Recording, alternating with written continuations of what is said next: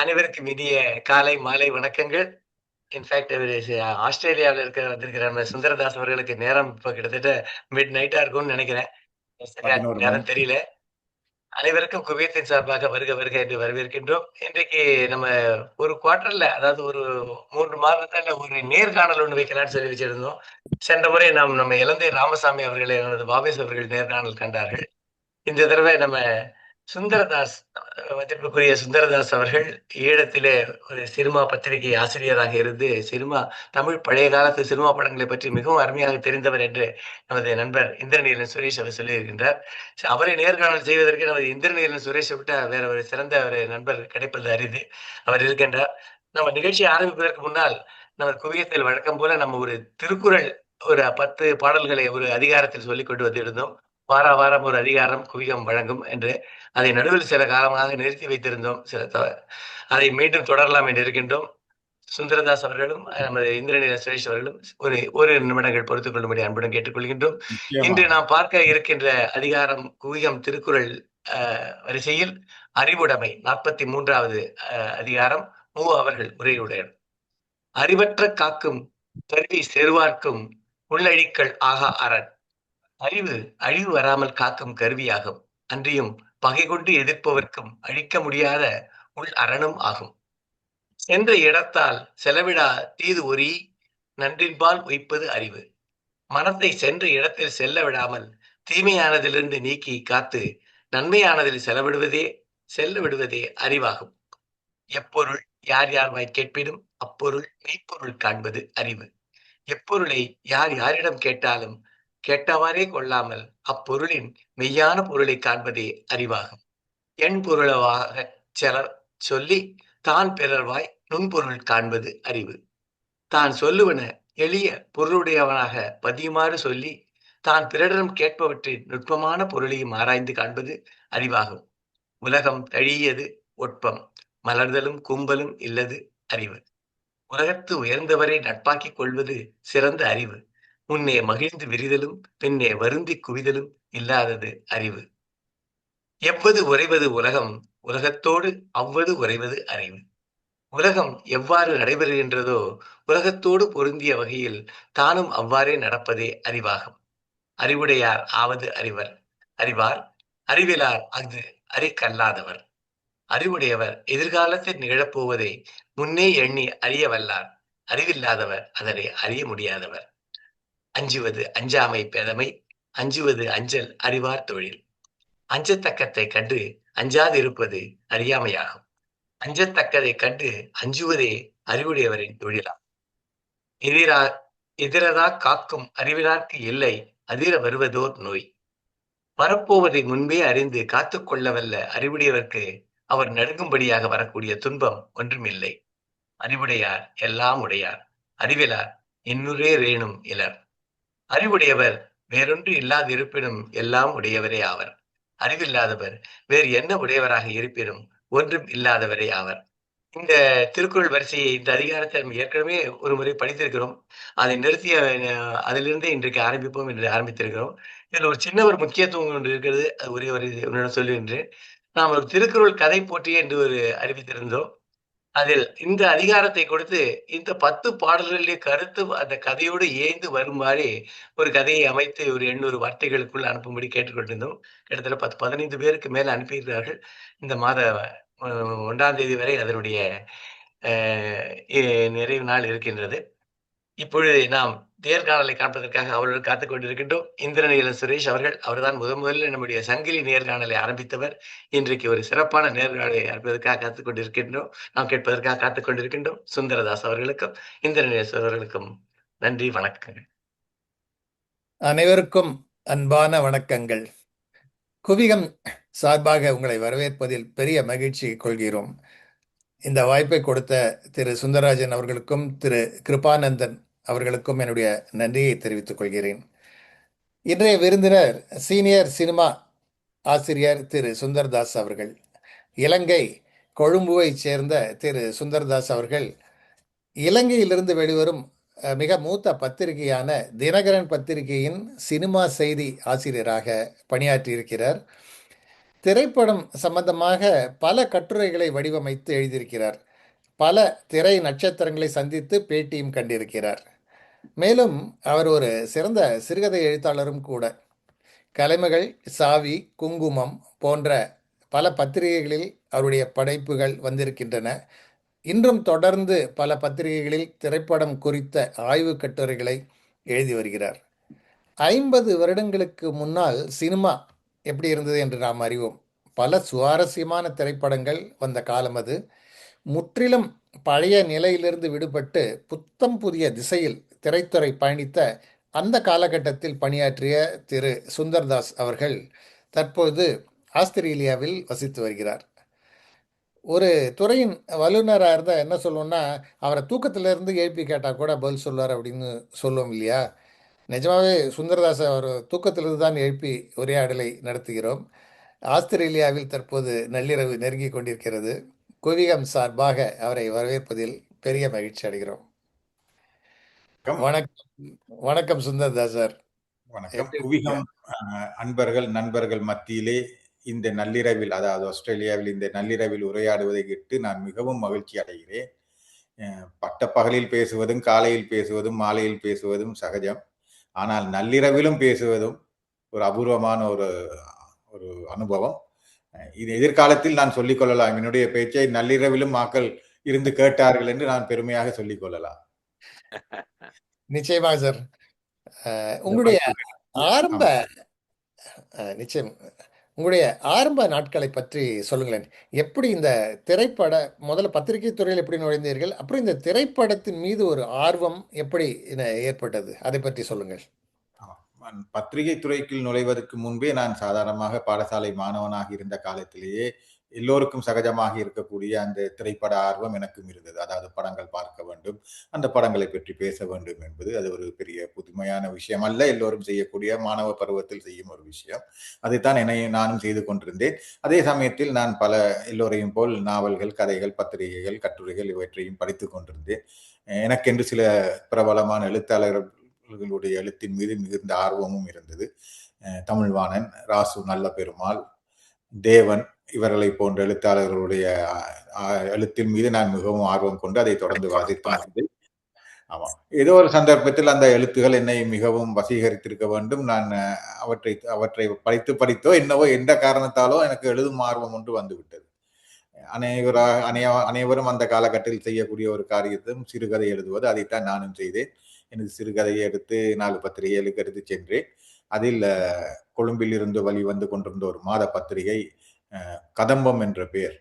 அந்த பத்திரிகை ஒரு 1959 ஆண்டு KVS மோகன் என்பவரால் வெளியிடப்பட்டு வந்த பத்திரிகை. அவரே தான் அதற்கு ஆசிரியரும் கூட. மாத பத்திரிகை. அந்த பத்திரிகை ஒரு காலத்தில் தமிழ்நாட்டிலும் விற்பனை ஆகி கொண்டிருந்தது என்பதுதான் சிறப்பு. அதாவது இந்தியாவில் இருந்து இலங்கைக்கு பத்திரிகைகள் வந்து விற்பனையாவது ஒன்றும் புதுமை அல்ல. ஆனால் இலங்கையில் தயாரான ஒரு பத்திரிகை கதம்பம், அது சென்னையிலும் விற்பனைக்கு இருந்தது. ஒரு குறிப்பிடத்தக்க ஒரு சம்பவம். ஏனென்றால் அந்த பத்திரிகைக்கு அப்படி ஒரு வரவேற்பை அவர்கள் ஏற்படுத்தி கொண்டார்கள். ஆனால் நான் எழுதி கொண்டிருந்த காலத்தில் அது இலங்கையில் மட்டும்தான் விற்பனை ஆகி கொண்டிருந்தது. அதில் தான் எனது முதல் சிறுகதை வெளிவந்தது. தொடர்ந்து அந்த பத்திரிகையிலேயே சில கதைகள் எழுதினேன். பிறகு மோகனுடனே சேர்ந்து அந்த கதம்பம் பத்திரிகையில் சில காலம் பணியாற்றினேன். அவரிடம் இருந்து தான் நான் சில பத்திரிகை நுணுக்கங்களையும் தெரிந்து கொண்டேன். குறிப்பாக அவர் அந்த நேரத்தில் கதம்பத்தில் ஆசிரியராக இருந்து கொண்டே வீரகேசரி என்ற ஒரு தினசரி வார பத்திரிகையிலும் சினிமா நிருபராக அவர் இருந்தார். ஆகவே அவருடன் அந்த சேர்ந்து பயணித்த அந்த காலகட்டத்திலே அந்த பத்திரிகைகளுக்கு சினிமா செய்தி எழுதுவது எப்படி என்பதை எல்லாம் ஓரளவு நான் அவதானமாக பார்த்து கொண்டேன். பின்னர் சில 1-2 ஆண்டுகள் கழித்து வீரகேசரி போலவே அங்கே இன்னொரு பத்திரிகையும் வெளிவந்து கொண்டிருக்கிறது. அதுதான் தினகரன் என்ற பத்திரிகை. அந்த பத்திரிகைகள் எல்லாம் வெகு விரைவில் 100 கொண்டாட போகின்றன என்பதை நான் இந்த இடத்தில் சொல்ல வேண்டும். இலங்கையிலே 100 கொண்டாட போகின்றன. அந்த தினகரன் பத்திரிகையில் நான் எனது சிறுகதைகளை கொடுத்து அவர்கள் அதை பிரசுரித்தார்கள். பின்னர் ஒரு சந்தர்ப்பத்தில் அந்த பத்திரிகை ஆசிரியர் திரு சிவகுருநாதன் எனக்கு சினிமா தகவல்களை எழுதுவதற்கான ஒரு வாய்ப்பை ஏற்படுத்தி கொடுத்தார் அந்த பத்திரிகை. ஆகிய மோகனிடம் ஏற்கனவே நான் இருந்து சில விஷயங்களை பார்த்ததால் அந்த பாணியிலேயே நான் தினகரனுக்கு சினிமா எழுத தொடங்கிவிட்டேன். இதில் இருந்துதான் என்னுடைய அந்த சினிமா கட்டுரைகள் எழுதுவது அது தொடர்பான பயணம் ஆரம்பமானது என்று சொல்லலாம். பள்ளி படிப்பை முடித்து விட்டு நான் அப்படியே செய்தியாளராக தினகரன் பத்திரிகைக்குள் நுழைந்து விட்டேன். ரொம்ப மிக்க மகிழ்ச்சி சார். வீரகேசரி பத்திரிகை பற்றி நாங்கள் அறிந்திருக்கிறோம். ஆமா. மிக முக்கியமான பத்திரிகை. நீங்க சொன்னது போல நூற்றாண்டுகளை தொடும் இந்த பத்திரிகைகளில் நீங்கள் பணியாற்றியது மிகவும் சிறப்பு. தினகரன் பத்திரிகையில் பணியாற்றிய பொழுது இலங்கைக்கு நிறைய திரைப்பட பிரபலங்கள் வந்த வண்ணம் இருப்பார்கள். நான் எப்பொழுதும் பார்த்தீர்கள் என்றால் இலங்கையில் இருக்கிறார் அப்படின்னு சொல்லுவாங்க. அந்த என்ன திரைப்பட நடிகர் இருந்தாலும். ஆமா. அங்க வந்த தமிழ் பிரபலங்களை சந்தித்த அனுபவங்கள் பற்றி சொல்லுங்களேன். ஆமா. அதாவது நான் தினகரன் பத்திரிகையிலே சினிமா எழுத ஆரம்பித்த அந்த காலகட்டத்தில் ஒரு நல்ல ஒரு மாற்றம் ஏற்பட்டது. என்னவென்றால், இலங்கையில் இலங்கையில் புதிய அரசாங்கம் ஒன்று பதவிக்கு வந்திருந்தது 77ஆம் ஆண்டு அளவில். அவர்கள் சில கொள்கை மாற்றங்களை ஏற்படுத்திய காரணமாக இலங்கைக்கு வந்து சில படங்களை தயாரிக்க வேண்டும் என்ற ஒரு ஆர்வம் தமிழ் திரைப்பட தயாரிப்பாளர்களுக்கு, இயக்குநர்களுக்கு ஏற்பட்டது.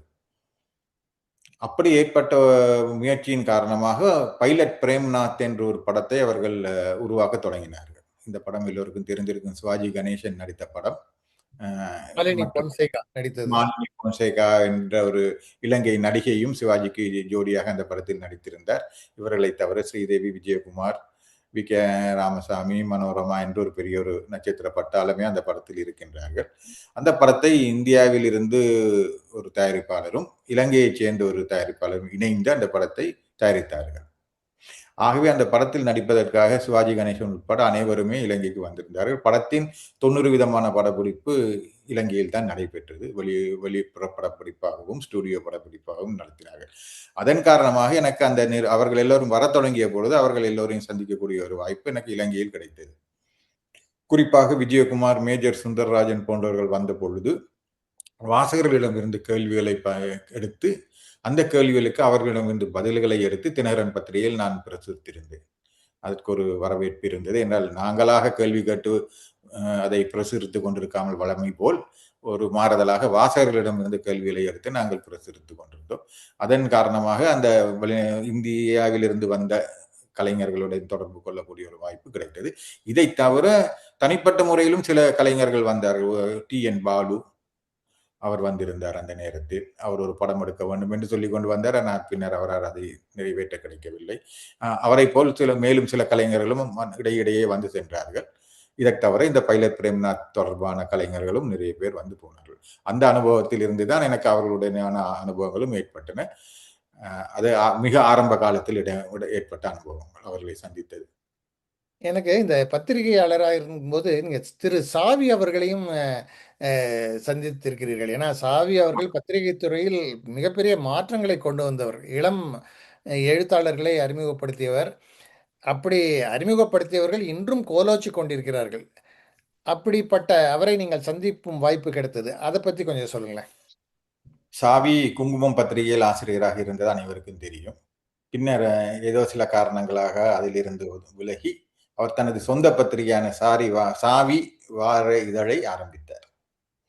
அதை ஆரம்பித்த கையுடனே நான் நினைக்கிறேன் அவர் இலங்கை சிறப்பிதழ் ஒன்றை வெளியிட வேண்டும் என்று நினைத்து அன்று இருந்த இலங்கையில் இருந்த அமைச்சர் செல்லையா ராஜதுரை என்பவருடைய அழைப்பின் பேரில் இலங்கைக்கு வந்திருந்தார். அவருடன் இணைந்து வந்தவர் ராணி மைந்தன். இவர்கள் இருவரும் இலங்கைக்கு வந்து கொழும்புக்கு வந்து அமைச்சருடைய விருந்தாளிகளாக வந்திருந்தார்கள். ஆனாலும் அவர்கள் ஒரு பிரபல வர்த்தகரான காளியப்பா பிள்ளை என்பவருடைய இல்லத்தில் தான் தங்கியிருந்தார்கள். அவர்கள் இருவரும் வந்திருக்கும் செய்தி அறிந்து, இப்பொழுது நான் நிருபர் என்றபடியால் எனக்கு அந்த செய்தி கிடைத்து விட்டது, அவர்கள் கொழும்புக்கு வந்திருக்கிறார்கள் என்று காளியப்பா பிள்ளையின் இல்லத்தை ஒரு நாள் காலை சென்றிருந்தேன். அவர்கள் வந்ததை அறிந்து சாவி அன்புடன் என்னை வரவேற்றார். காலையிலே அவர்களுடன் சில வார்த்தைகள் பேசினேன். பின்னர் அவர்கள் என்னையும் அழைத்து சென்று மூவருமாக காளியப்பா பிள்ளை வீட்டில் காலை உணவையும் மறந்துவிட்டு அப்படியே அவருடனே சேர்ந்து அந்த பயணத்தை தொடர்ந்து விட்டேன். அதாவது அவர் எங்கெங்கு கொழும்பில் போகிறாரோ அவருடன் நானும் ராணி மைந்தனும் நானுமாக சேர்ந்து தொடர்ந்து போக தொடங்கிவிட்டோம். அன்றைய பிரதம மந்திரியாக இருந்த பிரேமதாசாவை சாவியும் ராணி மைந்தனும் பேட்டி கண்டார்கள். அன்று பழைய பாராளுமன்றத்துக்கு நாங்கள் சென்று அங்கு பிரதமரை சந்தித்து உண்மையில் ராணி மைந்தன் பேட்டி கண்டார். ஆனால் சாவி அதனை கண்காணித்துக் கொண்டிருந்தார். அவர் பெரும்பாலான எழுத்து வேலைகளை ராணி மைந்தனிடம் தான் கொடுத்திருந்தார் கவனிக்கும்படி. இவருடைய மேற்பார்வையில் எல்லாம் நடந்தது. பிறகு சாவி பத்திரிகைக்கு கொழும்பு இலங்கை பிரதிநிதியாக இருந்த PS சுந்தரம் என்பவருடைய இல்லத்துக்கும் சென்று அவர்களுடன் உரையாடி, அப்பொழுது சாவி சொன்னார், நான் இங்கு இருக்கும் வரை நீங்கள் என்னுடனே இருக்க வேண்டும் என்றும் ஒரு அன்பு கட்டளை இட்டு விட்டார். ஆகவே நானும் அதை எனக்கு மிகவும் மகிழ்ச்சியாக இருந்தது. நீங்கள் இப்பொழுது சொன்னது போல ஒரு மிக மூத்த பத்திரிகையாளர் ஒருவர் திடுதிடுப்பென்று அறிமுகமான என்னை போல ஒரு புதிய வரவை ஏற்றுக்கொண்டு தன்னுடனே இருக்க வேண்டும் இந்த பயணத்தின் பொழுது என்று சொன்னது எனக்கு மிகவும் மகிழ்ச்சியாக இருந்தது. நான் அவருடனே சேர்ந்து பயணித்தேன். மிக சுவாரஸ்யமாக இருந்தது அவருடன் சென்றது வந்தது. ஒவ்வொரு இடத்திலும் ஒவ்வொரு கதை சொல்லுவார். ஸ்ரீலங்கன் ஏர்லைன்ஸ், யாலங்கா என்று பல பெயர்களில் இயங்கிக் கொண்டிருக்கின்ற அந்த இலங்கை விமான சேவையின் அலுவலகத்துக்கு நாங்கள் சென்றிருந்தோம். என்ன காரணத்துக்காகவோ அவர் அந்த யாலங்காவின் சாமனை பேட்டி காண வேண்டும் என்று விரும்பியிருந்தார். ஆகவே ராணி மைந்தன், நான், சாவி மூவரும் சென்றிருந்தோம். ரிசப்ஷனில் அமர்ந்திருந்தோம் அவர்கள் சாமன் அழைக்கும் வரை. அப்பொழுது சாவி திடுதிடுப்பென்று அங்கே அமர்ந்திருந்து ஒரு பணியாற்றி கொண்டிருந்த ஒரு பெண்ணை பார்த்து விட்டு, இந்த பெண்ணின் முகத்தை பார்த்தால் உங்களுக்கு எந்த நடிகையும் ஞாபகம் வருகிறது என்று என்னிடம் கேட்டார். எனக்கு அதற்கு நான் தயாராக இருக்கவும் இல்லை, என்னால் ஊகிக்கவும் முடியவில்லை. பின்னர் நான் தெரியாது என்று சொல்லிவிட்டேன். பின்னர் அவர் சொன்னார், இது நடிகை தேவிகாவின் முகசாயலில் இவர் இருக்கிறார் என்று. இவ்வாறு ஒவ்வொரு கதை சொல்லிக் கொண்டிருப்பார். ஒவ்வொரு விஷயமாக கலைஞரை பற்றி சில விஷயங்கள் சொல்லுவார். அவ்வாறு அவர் ஒவ்வொருத்தர் தன்னுடைய அனுபவங்களை அவ்வப்போது தூவிக்கொண்டே இருப்பார். அந்த பயணத்திலே கேட்பதற்கு சுவாரஸ்யமாக இருக்கும். அந்த பயணம் மிக இனிமையாக இருந்தது. அப்பொழுது அவர் சொன்னார், இந்த இலங்கை சிறப்பிதழ் வெளியிடப் போவதால் நாங்கள் இப்பொழுது திரும்பிவிடுவோம் 2-3 நாட்களில் தமிழ்நாட்டுக்கு. நீங்கள் எனக்கு மேலும் சில புகைப்படங்களும் சில தகவல்களையும் சேகரித்து எனக்கு அனுப்பிவிடுங்கள். அந்த சிறப்பிதழில் நான் அதை பயன்படுத்திக் கொள்கிறேன் என்று. அதே போல் உங்களுடைய ஒரு சிறுகதையையும் அனுப்பிவிடுங்கள் என்று சொன்னார். அதே போல் நான் அவற்றையெல்லாம் செய்து அனுப்பினேன். அவர் என்னுடைய ஒரு சிறுகதையையும் அந்த சாவி சிறப்பிதழில் வெளியிட்டிருந்தார். நான் பின்னர் சில மாதங்கள் கழித்து சென்னைக்கு வந்து அன்றைய நேரம் அவருடைய அலுவலகம் அமிஞ்சி கரையில் அமைந்திருந்தது. அங்கே சென்று நான் அவரை சந்தித்த பொழுது மகிழ்ச்சியுடன் வரவேற்று பேசினார். என்னுடைய அனைத்து சிறுகதையை வெளியிட்டது, அனைத்து பணிகள் எல்லாவற்றுக்குமாக சேர்த்து அன்றைய நேரத்தில் இந்திய ரூபாய் 200 சன்மானமாக தரப்பட்டது. ரொம்ப மிக்க மகிழ்ச்சி. எனக்கு வந்து நீங்கள் திரு ரஜினிகாந்த் அவர்களை பேட்டி எடுத்தீர்கள் அப்படின்னு சொல்லி கேள்விப்பட்டேன். இதுல என்ன விசேஷம்னாக்க, இலங்கை வானொலியின் அன்பு அறிவிப்பாளர் அப்துல் ஹமீத் அவர்கள் ரஜினிகாந்த் அவர்களை ஆரம்ப நாட்கள்ல பேட்டி கண்ட போது ரஜினி அவர்கள் வந்து சுருக்கமா 2-1 வார்த்தையில என்ன கேள்வி கேட்டாலும் ஆம் இல்லை என்று அப்படிதான் சொன்னாராம். சோ உங்களுடைய அனுபவம் எப்படி இருந்தது திரு ரஜினிகாந்தை பேட்டி கண்ட போது? 79ஆம் ஆண்டு நான் சென்னை வந்திருந்த பொழுது ரஜினியுடைய பேட்டி ஒரு எதிர்பாராத வாய்ப்பாகத்தான் கிடைத்தது. அதை விரிவாகவே சொல்லிவிடுகிறேன் என்றால் அது சற்று சுவாரஸ்யமான விஷயம். 79ஆம் ஆண்டு நான் சென்னைக்கு வந்து என் பயணம் முடியும் கடைசி தினம். நான் மீண்டும் கொழும்பு திரும்ப வேண்டிய நாள் அன்று AC திருரோச்சந்தர் ஏற்கனவே பைலட் பிரேம்நாத் மூலமாக கொழும்பில் அறிமுகமானபடியா அவர் சொல்லியிருந்தார், என்னுடைய படத்தின் சொந்த படம் கௌரி என்ற ஒரு படத்தின் ஷூட்டிங் பிரசாத் ஸ்டுடியோவில் நடக்கிறது, நீங்கள் வாருங்கள் என்று. அங்கு சென்றிருந்த பொழுது அந்த ஷூட்டிங் ஏதோ பாலாஜி, KR விஜயா என்று சிலர் சம்பந்தப்பட்ட ஷூட்டிங் என்று நினைக்கிறேன். அது மெதுவாக நகர்ந்து கொண்டிருந்தது, சுவாரஸ்யம் இல்லாமல். ஆனாலும் நான் அங்கு சென்றிருந்தேன். அங்கிருந்து ஒருவர் எனக்கு திருதிருப்பு என்று சொன்னார், ரஜினிகாந்தின் ஷூட்டிங் AVMயில் நடக்கிறது, உங்களுக்கு தெரியுமா என்று. அப்பொழுது நான் தெரியாது என்று சொன்ன பொழுது, இல்லை நீங்கள் போங்கள், அங்கே போய் பாருங்கள், ரஜினியை பார்க்கலாம், அங்கு நன்றாக இருக்கும் என்று சொல்லி தன்னிடம் இருந்த ஒருவரை இவரை அழைத்து செல்லுங்கள் AVMக்கு என்று சொல்லி அவரே என்னை அனுப்பி வைத்தார். அங்கே இது எதிர்பாராமல் வைத்த வாய்ப்பு. நான் AVMக்கு என்னை அழைத்தே சென்று விட்டார்கள் அந்த ஃப்ளோருக்கு. எல்லாம் உன் கைராசி என்ற படம் நினைக்கின்றேன். MA திருமுகத்தின் இயக்கத்தில் சுந்தரராஜனும் ரஜினியும் நடிக்கும் ஒரு கிளைமேக்ஸ் காட்சி படமாகி கொண்டிருந்தது. நான் சென்ற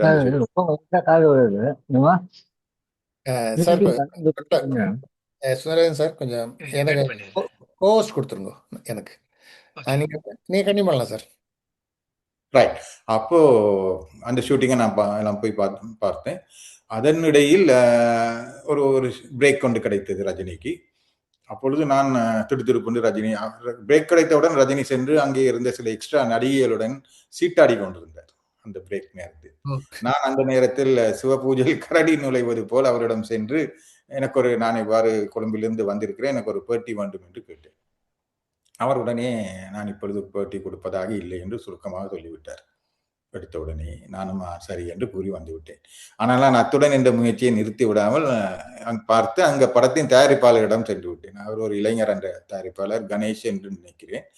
அவரிடம் சென்று சொன்னேன், இப்படி எனக்கு நான் இந்த பேட்டி எடுக்க வேண்டும் வந்தேன். ரஜினி எப்படி இல்லை நீங்கள் வாருங்கள் என்று சொல்லி அவர் உடனே என்னை அழைத்து சென்றார்.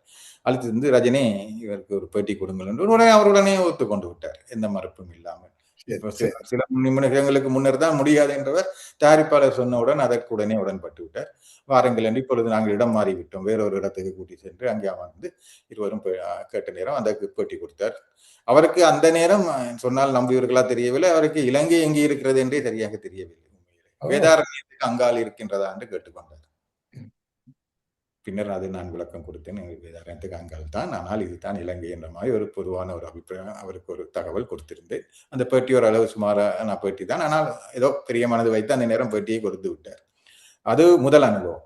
பின்னர் 80ஆம் ஆண்டில் அவர் மீண்டும் இலங்கைக்கு வருகிறார், தீ என்ற படத்தில் நடிப்பதற்கு. அப்பொழுது எனக்கு ஞாபகம் இருந்தது, இது மீண்டும் வருகிறார், அவரை மீண்டும் பேட்டி காண வேண்டும் என்பதற்காக நான் என்ன செய்தேன் என்றால், தீ படத்தின் தயாரிப்பாளர் பாலாஜி இலங்கைக்கு வந்து அவரை நான் முதலிலேயே சென்று சந்தித்து, அவரை ஹோட்டலிலேயே சந்தித்து அவரை பேட்டி கண்டு அதையெல்லாம் நல்லபடியாக செய்துவிட்டு நான் அவரிடம் சொன்னேன், இப்பொழுது உங்கள் ஹீரோ வரப்போகிறார், நீங்கள் அவருடைய பேட்டிக்கு ஏற்பாடு. பாலாஜி மிகவும் கராரானவர், உங்களுக்கு எல்லோருக்கும் தெரிந்த விஷயம். அவருடைய கோட்டைக்குள் இலகுவில் யாரும் நுழைய முடியாது. ஆனால் நான் அவரை பற்றி கண்ட பிறகு நான் இப்படி சொன்னவுடன் அவர் டோன்ட் வரி, ரஜினி வந்தவுடன் நான் ஏற்பாடு பண்ணி உங்களுக்கு அவரோட வந்து பேட்டி தருகிறேன் என்று சொல்லிவிட்டேன். அப்போ அவரே சொன்ன பிறகு அங்கு மறுப்பதற்கு. அதே போல் அந்த நேரம் ஐயப்பனுக்காக இவர் மாலை போட்டிருந்தார் ரஜினி. ஆகவே கொழும்பில் இருந்த பாலாஜி, அந்த படத்துக்காக வந்திருந்த பாலாஜி சென்னைக்கு சென்று ரஜினியுடன் மறு விமானத்தில் மீண்டும் கொழும்புக்கு வந்தார். வந்து ரஜினியை தனியாக அந்த ஹோட்டலில் 6வதோ 7வது மாடியிலே தங்க வைத்து விட்டார். யாரும் அங்கு போக முடியாது, வர முடியாது என்ற மாதிரி பலத்த கட்டுப்பாட்டின் கீழ். ஆனாலும் ரஜினியிடம் சொல்லி மீண்டும் எனக்கு ஒரு பேட்டி எடுத்து கொடுப்பதற்கு மீண்டும் ஒரு பேட்டி எடுத்தேன், 2வது தடவையும். இது 2 தடவையுமே தயாரிப்பாளருடைய சிபாரிசினால் சிக்கல் இல்லாமல் பேட்டி கிடைத்தது. பேட்டி 2ஆம் தடவை எடுத்த பேட்டி சற்று சுவாரஸ்யமாக நன்றாகத்தான் இருந்தது. மிக்க மகிழ்ச்சி. எனக்கு நீங்களே சுந்தர் கேள்வி பதில் அப்படிங்கிற பேர்ல வாசகர்களுக்கு பத்திரிகைகளில் பதிலளித்திருக்கிறீர்கள். எனக்கு ஒன்று ஞாபகம் வருது, குமுதத்துல அரசு கேள்வி பதில், அதில் படித்த ஒரு கேள்வி ஞாபகம் வருது, கேள்வி ஒன்று ஞாபகம் வருகிறது. ஒரு வாசகர் கேட்ட கேள்விக்கு, அதாவது நடிகை சில்க் ஸ்மிதா அவருடைய கவர்ச்சி பற்றி ஒரு கேள்வி கேட்டிருந்தார் வாசகர். அதற்கு பதில் என்ன சொல்லியிருந்தாங்கன்னாக்கா, சில்க் ஸ்மிதா அவர்கள் போர்வையை போத்தி கொண்டு வந்து 1ஆம் வாய்ப்பாடு படித்தாலே அதுவே கவர்ச்சிகரமாக இருக்கும் அப்படின்னு ஒரு பதில் கொடுத்திருந்தாங்க. ரொம்ப ஃபேமஸ் பதில் அது அந்த காலத்துல. அண்ணாமலை எழுதியிருந்தார். ஆமா, கரெக்ட். நீங்க குமாரி சில்க் ஸ்மிதா அவர்களே பேட்டி கண்டிருக்கிறீர்கள். எப்படி இருந்தது அந்த பேட்டி அனுபவம்? அந்த பேட்டி எப்படி அமைந்தது என்றால், 82ஆம் ஆண்டு சகலகலா வல்லவன் திரைப்பட ஷூட்டிங் ஏவிஎம் ஸ்டுடியோவில் நடந்து கொண்டிருந்தது. இப்பொழுது படம் வெளிவருவதற்கான நாட்கள் தேதிகள் எல்லாம் குறித்து கிளைமேக்ஸ் காட்சி எடுத்துக்கொண்டிருக்கிறார்கள். அநேகமாக நீங்கள் எல்லோரும் அந்த படத்தை பார்த்திருப்பதற்கு வாய்ப்பு இருக்கின்றது. கிளைமேக்ஸ் காட்சி, அந்த ஒரு நெருப்பு தீப்பற்றி எரிகிறது. அந்த தீப்பந்த பற்றி எரிகிற அந்த இடத்தில் வில்லன்களுடன் கமலஹாசன் சண்டை போடுகிறார். அதுதான் அந்த கிளைமேக்ஸ் சண்டை. அந்த சண்டை காட்சியிலே அதற்குள் இந்த சில்க் ஸ்மிதாவும் அங்கு இருக்கிறார். அந்த காட்சியிலே அவரும் அந்த சம்பந்தப்பட்டிருக்கிறார். ஆகவே அந்த இரவு முழுவதும் அந்த ஷூட்டிங் நடக்கின்றது ஏவிஎம் ஸ்டுடியோவில். அப்பொழுது நான் அங்கு சென்றிருந்த பொழுது எனக்கு கமலஹாசன், வைஜி மகேந்திரன், ஜூடோ ரத்னம் எல்லோரும் அங்கு இருந்தார்கள், அந்த படம் சம்பந்தமானவர்கள். அவர் எல்லோரும் சந்தித்து பேசிய பொழுது சில்க் ஸ்மிதாவும் அங்கு அந்த ஷூட்டிங்கில் கலந்து கொண்டபடியால் அவரும் அங்கு அமர்ந்திருந்தார். அப்பொழுது நான் அவரிடம் சென்றேன், அவர்கள் அறிமுகப்படுத்தி வைத்தார்கள். அவர் எந்தவித ரஜினியை போல் எந்தவித மறுப்பும் சொல்லாமல் உடனடியாகவே ஒரு பேட்டி கொடுக்க தயாராகிவிட்டார். அந்த இரவு நேரம் இது ஒரு 10 மணி கடந்து விட்டது இரவு. ஆகவே ஆனாலும் அவர் அதில் எந்தவித சலிப்போ மறுப்போ காட்டவில்லை. கேட்ட கேள்விகளுக்கெல்லாம் பதில் கொடுத்தார். எனக்கு உடனடியாக ஞாபகம் இருக்கின்ற கேள்வி, அவரிடம் கேட்டிருந்தேன், இப்பொழுது நீங்கள் எல்லா படங்களையும் நடிக்கிறீர்கள், உங்களை தவிர்த்து படம் இல்லாத மாதிரி வந்துவிட்டது, ஆனால் உங்களுக்கு போட்டியாக இப்பொழுது இன்னொரு நடிகையையும் உருவாக்கி கொண்டிருக்கிறார்கள். அனுராதா என்ற நேரத்தில் புதிதாக இன்னொரு கவர்ச்சி நடிகையாக வந்து மெல்ல மெல்ல தலையை காட்டிக் கொண்டிருந்தார், ஓரளவு பிரபலமாகி கொண்டு. ஆகிய அந்த அனுராதா உங்களுக்கு போட்டியாக வருவதை பற்றி என்ன எண்ணுகிறீர்கள் என்று கேட்டிருந்தேன். அவர் சொன்னார், எனக்கு யாரும் போட்டி என்று யாரையும் நான் நினைக்கவில்லை. இப்பொழுது எனக்கு கிடைத்திருக்கிற வாய்ப்பை நான் பயன்படுத்தி நடத்தி கொண்டிருக்கிறேன். அவர் வந்து அவரால் தாக்கு பிடித்து நிற்க முடியும் என்றால் அதில் எனக்கு எந்த விதமான மறுப்பும் இல்லை என்று மிகவும் சாஃப்டாக சாதாரணமாக அதை கடந்து விட்டார். அதை ஒரு பெரிய ஒரு இஷ்யூவாக எடுக்கவில்லை அந்த மாதிரியான ஒரு. ஆகவே அந்த பேட்டி நல்லபடியாக நல்ல ஒரு பேட்டியாக அமைந்தது. அவருடன் அந்த நேரம் கேட்டது. அவர் எதுவும் அந்த காரசாரமான பதில்கள் எதுவும் கொடுக்கவோ அல்லது யாரையும் தாக்கியோ பேசவில்லை என்பதுதான் அந்த கவர்ச்சி, நடிகையின் கவர்ச்சி. இங்கே நல்ல விஷயம். உண்மையாவே சில்க் ஸ்மிதா அவர்கள் வந்து கடலோர கவிதைகள்ல அவருடைய குணச்சித்திர வேடம் ரொம்ப பிரமாதமா பண்ணியிருந்தாங்க. அவங்க சொன்னபடி அவங்களுக்கு நிச்சயமா போட்டி இருந்திருக்காது. பிற்காலத்தில் மிகப்பெரிய குணச்சித்திர நடிகையாக பரிமளிக்கக்கூடிய வாய்ப்பு இருந்திருக்கும் என்றுதான் நானும் கருதுகிறேன். அவருக்கு அந்த தொடர்ந்து அவர் இருந்திருந்தால் அவர் 2வது இன்னிங்ஸ் வந்திருக்கலாம். கண்டிப்பாக பண்ணியிருப்பார். அதுக்கப்புறம் நீங்க வந்து திரு சோ அவர்களையும் பேட்டி கண்டிருக்கிறீர்கள். சோ வந்து மிகச்சிறந்த பத்திரிகையாளர். அவரே கேள்வி பதிலில் மன்னன். அவருடன் உங்க பேட்டி அனுபவம் எப்படி இருந்தது? அவருடைய பேட்டி முதலாவது அவரை பல தடவை அல்ல, ஒரு 4-5 தடவை பேட்டி கண்டிருக்கிறேன். முதல் தடவை அமைந்தது 79ஆம் ஆண்டு தான். மீண்டும் அவர் அப்பொழுது துக்ளக் ஆனந்த விகடன் வளாகத்தில் தான் மவுண்ட் ரோட்டில் வெளிவந்து கொண்டிருந்தது. அவருக்கு ஒரு தனியாக ஒரு போஷனை வைத்திருந்தார்கள். அப்பொழுது அங்கே சென்றவுடன் எல்லாம் திடுதிடுப்பென்று நானே நுழைந்து அங்கு இருப்பவரிடம் சொல்ல வேண்டியதுதான், நான் இலங்கையில் இருந்து வந்திருக்கிறேன், இவரை பார்க்க சற்று நேரத்தில் உள்ளே எடுத்து விட்டார். மாலை 6 மணிக்கு மேல் 6 மணி உள்ளே அழைத்தார், இருப்பாட்டினார். உடனடி காப்பி எல்லாம் வந்தது. பேட்டி ஆரம்பித்தோம், பேட்டி கண்டோம். அப்பொழுது அவர் எம்ஜிஆருடைய ஆட்சி நடந்து கொண்டிருக்கிறது. அவர் எம்ஜிஆரை கடுமையாகத்தான் தாக்கி கொண்டிருந்தார் எல்லா விஷயத்திலும். அப்பொழுது நான் ஒரு சந்தர்ப்பத்தில் கேட்டேன், அப்பொழுது எம்ஜிஆர் மீண்டும் நடிக்கப் போவதாக எல்லாம் ஒரு பரபரப்பு நிலவி கொண்டிருந்த காலம். அப்பொழுது நான் அவரிடம் சொன்னேன், நீங்களே படத்தில் நடிக்கிறீர்கள், பல தொழில்கள் செய்கிறீர்கள், எத்தனையோ தொழில்களுக்கு மத்தியில் சினிமாவில் நடிக்கிறீர்கள். எம்ஜிஆரும் சினிமாவில் நடிப்பதில் உங்களுக்கு என்ன ஆட்சேபனை, அதில் என்ன நீங்க தாக்குவதற்கு இருக்கிறது? அப்பொழுது அவர் சொன்னார், நான் வந்து மக்களின் வரி பணத்தில் வாழவில்லை, நான் நன்றா இல்லை. ஆனால் எம்ஜிஆர் வந்து முதலமைச்சராக இருக்கின்றார், மக்களுடைய வரி பணத்தில் வாழ்கின்றார். அப்படி இருந்து கொண்டு அவர் இன்னொரு தொழில் செய்வது தகாது என்று அவர் ஒரு பதில் கொடுத்திருந்தார். இது போல அவருடைய பல பதில்கள் டக்கு டக்கென்று கேட்டது கேள்விகளுக்கெல்லாம் அவருடைய பதில்கள் உடனடியாக வந்து கொண்டே இருந்தது. அதற்கு பின்னர் அவர் வேற அதன் பின்னரும் 4-5 தடவை அவரை சென்னை வந்த பொழுது எல்லாம் சந்தித்திருக்கிறேன். ஒவ்வொரு முறை அப்பொழுது இந்த இலங்கை பிரச்சனை சற்று சூடாக இருந்த காலகட்டம், இன பிரச்சனை, அது தொடர்பான கேள்விகளுக்கெல்லாம் அவருடையமிருந்து நல்ல பதில்கள் கிடைத்துக் கொண்டிருந்தன. இந்த கடலோர கவிதைன்னு சொல்லிட்டேன், அலைகள் ஓய்வதில்லை, இதுதான் அந்த படம். நானும் அதை தியாகராஜன் மனைவியாக நடிப்பார். நடித்திருந்தார். ஆமா. இப்ப இலங்கையில் திரைப்படங்கள் வந்து ஏற்கனவே அதை பத்தி நீங்க தொட்டு சென்றீர்கள். பைலட் பிரேம்நாத் தயாரிப்பு மாதிரி இலங்கையில் தமிழ் படங்களுக்கு அதீதமான வரவேற்பு இருந்ததுங்கிறத சொல்ல வேண்டிய அவசியமே இல்லை. இலங்கைக்கு தமிழ் படங்கள் எப்படி தெரிவிக்கப்பட்டன? எந்த மாதிரியான ஒரு சிஸ்டம் இருந்தது? ஏன்னா இங்கே ஒரு மும்மூர்த்திகள் என்று 3 பேர் இருந்தார்கள். அதாவது இவர் கே குணரட்னம் என்பவர், பின்னர் இன்னொருவர் ஜபிரே காதர் என்ற ஒருவர், மற்றவர் சிற்றம்பலம் கார்ட்னர். இவர்கள் மூவரும் தான் அந்த இலங்கைக்கு தமிழ் படங்களை தெரிவித்துக் கொண்டிருந்தவர்கள். இவர்கள் மூவருடைய ஏகபோக ஆதிக்கத்தில் தான் அந்த விநியோகம் எல்லாம் இருந்தன. அவர்கள் தான் தமிழ்நாட்டிலே படங்களை வாங்குவார்கள், தங்களுடைய திரையரங்குகளிலே அதை வெளியிடுவார்கள். லாபமும் அவர்கள் தான் நிச்சயமாக போய் சேரும். அபரிதமான லாபம் வந்து கொண்டிருந்தன இந்த படங்களை தெரிவித்து வெளியிட்டுக் கொண்டிருப்பதில். 70ஆம் ஆண்டு உங்களுக்கு தெரியும், திருமதி சிரிமாவோ பண்டாரநாயக்க என்ற பெண்மணி பிரதமராக வந்தார். அவருடைய அரசாங்கம் ஒரு இடதுசாரி கொள்கையை அனுசரித்து போகும் அரசாங்கம். அவர்கள் தீர்மானித்தார்கள், இந்த சினிமாவினால் கிடைக்கின்ற வருமானம் ஒரு மூவருடைய சட்டைப்பைக்குள் தான் போய் கொண்டிருக்கின்றது, இதை நாங்கள் மாற்றி அரசாங்கத்துக்கே அந்த லாபம் வருவதாக பார்த்து கொள்ள வேண்டும் என்று. ஆகவே அவர்கள் அரசு திரைப்பட கூட்டுத்தாபனம் என்ற ஒரு அமைப்பை உருவாக்கி, அவர்கள் அரசு திரைப்பட கூட்டுத்தாபனம் தான் அந்த படங்களை இறக்குமதி பண்ண வேண்டும் என்று ஒரு தீர்மானத்தை எடுத்தார்கள். அதிலிருந்து இவர்கள் மூவருடைய அந்த இறக்குமதி ஏகபோக சாம்ராஜ்யம் சரிந்து விட்டது. அவர்களுடைய திரையரங்குகளில் தான் படங்கள் வெளியிடப்படும், ஆனால் இறக்குமதி மட்டும் தேசிய அந்த அரசு திரைப்பட கூட்டுத்தாபனத்துக்கு போய்விட்டது. இதை பற்றி ஒரு முறை ஜெமினி கணேசனிடம் பேசும் பொழுது அவர் ஒரு முறை காரசாரமாக சொல்லியிருந்தார், அவர் அந்த தீ படம் என்பதும் கூட்டு தயாரிப்பு தான். இந்த பைலட் பிரேம்நாத் மாதிரி அதையும் இலங்கையையும் இலங்கையைச் சேர்ந்த மகாராஜா நிறுவனமும் பாலாஜியும் இணைந்து தயாரித்தார்கள். அந்த முயற்சிக்கு இந்த ஜெமினி கணேசனும் ஒரு காரணம். அவருக்கு இந்த மகாராஜா நிறுவனத்துடன் பாலாஜியுடனும் நல்ல நட்பு இருந்தபடியால் அவர் எப்படி அவர்கள் இருவருக்கு இடையிலும் ஒரு முடிச்சை போட்டு அந்த முயற்சியை தொடங்கி வைத்தார்.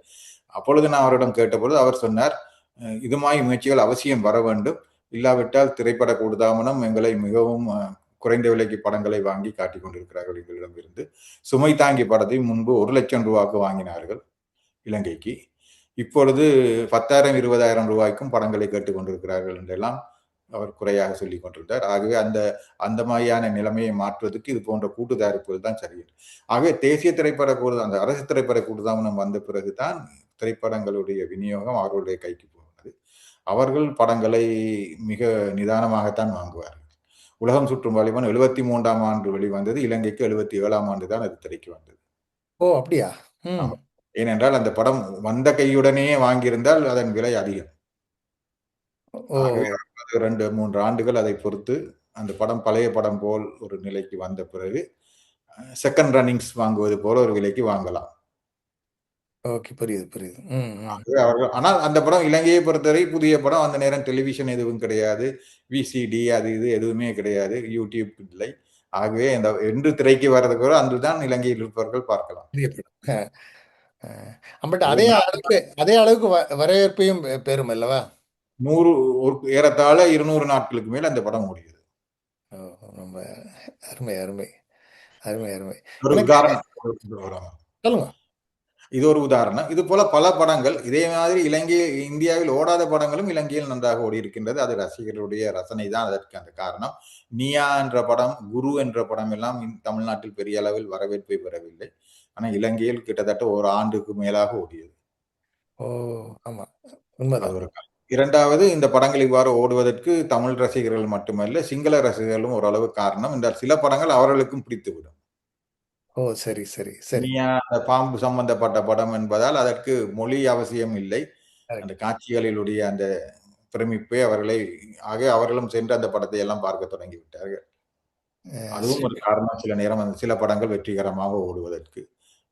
குரு ஓடினதற்கு காரணம் ஒரு பொழுதுபோக்கு படம். ஸ்ரீதேவி, கமலஹாசன், ஹெலிகாப்டர் பறக்கின்றது எல்லாம் இருக்கிறபடிதான் அந்த வெற்றிகரமா. அப்படி எதிர்பாராத அது கூட்டுதாபனத்துக்கு அது இரட்டை மடங்கு லாபத்தை என்றால் வாங்கியதும் குறைந்த விலையில், ஆனால் இங்கு பீத்து கொண்டு ஓடிவிட்டது இந்த படம். எனக்கு ஒரு படம் ஞாபகம் இருக்கு. ஒரு இலங்கை வானொலியில ஒரு விளம்பரம் எனக்கு ஞாபகம் இருக்கு. நடிகை மஞ்சுளா ஒரு திரைப்படத்தில் பேசும் ஒரு 2 வரி வசனம் ஒலிபரப்பாகும். உதாரணமா, ராஜா இந்த ஆம்பளைங்களே சுத்த மோசம். உடனே அறிவிப்பாளர் KS ராஜா சொல்வார், என்ன சொன்னீங்க மஞ்சுளாமா என்பார். உடனே அதற்கு Manjula I am so sorry Raja என்பார். உடனே KS Raja, Capital Colombo, Wellington Yazhpanam, Plaza Wellawatte ஆகிய திரையிடங்களில் வெற்றி நடை போடுகிறது எங்கள் தங்க ராஜா ராஜா ராஜா அப்படி. அதாவது இந்த கட் அண்ட் பேஸ்ட் டெக்னாலஜி அந்த காலத்திலேயே இலங்கை சிறப்பாக பண்ணியிருக்கிறது நான் பார்த்திருக்கேன். ஏனென்றால் தமிழ் படங்களிலே 50 விதமான படங்களுக்கு கதாநாயகனுடைய பேர் ராஜா. அப்படியா? ஆமா, சராசரி கணக்கு எடுத்து பார்த்தீர்கள்னா இன்று வரையுமே 50 விதமான படங்களில் ஹீரோவின் கதாநாயகன் பேர் ராஜா தான். பாலாஜி எடுத்த எல்லா படத்திலும் கதாநாயகன் ராஜா. அதே போல் எந்த நடிகருடைய படமாக இருந்தாலும் பெரும்பாலும் மிக சுலபமாக ராஜா என்று வைத்துடுவார்கள். இந்த ராஜா என்ற பெயரை தவிர்த்த ஒரே நடிகர் எம்ஜிஆர் தான். அவருடைய படங்கள் மட்டும்தான் வேறு எதெல்லாம் பேரெல்லாம் இளங்கோ என்று வைப்பார்கள், தங்கம் என்பார்கள், செல்வம் என்பார்கள். ஆனால் ராஜாவை அவர் தவிர்த்து விட்டார், மற்ற எல்லா நடிகர்கள். ஆகவே இதை வேண்டிய அளவில் இந்த ராஜாவை நீங்கள் எந்த இடத்திலும் பயன்படுத்திக் கொள்ளலாம். அருமையாக பயன்படுத்த சரியாக சொன்னீங்க, எனக்கு ஞாபகம் இருக்கின்றது. ஆமா, அதே போல இன்னும் ஏதோ ஒரு படத்திலே ராஜா என்னை காப்பாற்றுகள் என்று CRE சவுந்தலா ஒரு படத்திலே கூக்குரல் இடுவார், என்னை காப்பாத்துங்க ராஜா, என்னை காப்பாத்துங்க. உடனே KS ராஜா இதோ வந்து விடுகிறேன் என்று சொல்லி, இத்துடன் இந்த நிகழ்ச்சி இன்று முடிகிறது, நன்றி வணக்கம் என்று கூறி முடித்து விடுவார் அந்த நிகழ்ச்சியை. இது போல சில கலகலப்பான விஷயங்கள் எல்லாம் அந்த நேரம் விளம்பரத்திலே மிக நன்றாக இருந்தது. இலங்கை விளம்பரத்துக்கு தமிழ்நாட்டிலும் மிக நல்ல வரவேற்பு இருந்தது அந்த டெக்னிக்கு அன்றைய காலகட்டத்தில். உண்மையாவே நான் அதுதான் கேட்க விரும்பினேன். பொங்கும் ம். பூம்புனல் ஆரம்பிச்சு இரவின் மடியில் வரைக்கும் தொடர்ந்து இந்த சினிமா பாடல்கள் ஒளிபரப்பிக் கொண்டே வருவார்கள். இலங்கை ஒலிபரப்பு கூட்டுத்தாபனம், வர்த்தக சேவை 2 அப்படிங்குவாங்க. ஆமா. திரை சரியாக. தமிழ் திரைப்பட உலகிற்கு இலங்கை சாரி இலங்கை வானொலி ஆற்றிய பணி வந்து சொல்லி மாளாது. இலங்கை நிச்சயமா. வானொலி திரைப்படத் துறையில் ஆற்றிய பங்கு பத்தி கொஞ்சம் சொல்லுங்களேன். இலங்கை வானொலி எந்த அளவுக்கு இலங்கை வானொலி மும்மொழியிலும் இயங்கிக் கொண்டிருந்தது. தமிழ், சிங்களம், ஆங்கிலம் 3 மொழிகளிலும் இருந்தது. அந்த 3 மொழிகளிலும் 2 சேவைகள். ஒன்று தேசிய சேவை. அதாவது தேசிய சேவை என்று சொன்னால், உங்க தமிழ்நாட்டைப் போல் வாழ்வும், வயலும் வாழ்வும், கர்நாடக இசை, அது போன்ற அந்த மிகவும் நிதானமான விஷயங்கள் உள்ள நிகழ்ச்சி. அது தேசிய சேவை. மற்றது வர்த்தகம். வர்த்தகத்தில் தான் வருமானம் கிடைக்கும். ஏனென்றால் நகைக்கடைகள், புடவை கடைகள், எல்லா விளம்பரங்களும் அதில் தான் வரும். சினிமா விளம்பரங்களும் அதில் வரும். ஆகவே அதுதான் ப்ரொமோஷன். அதில் கிடைக்கும் பணத்தில் தேசிய சேவையை நடத்தலாம்.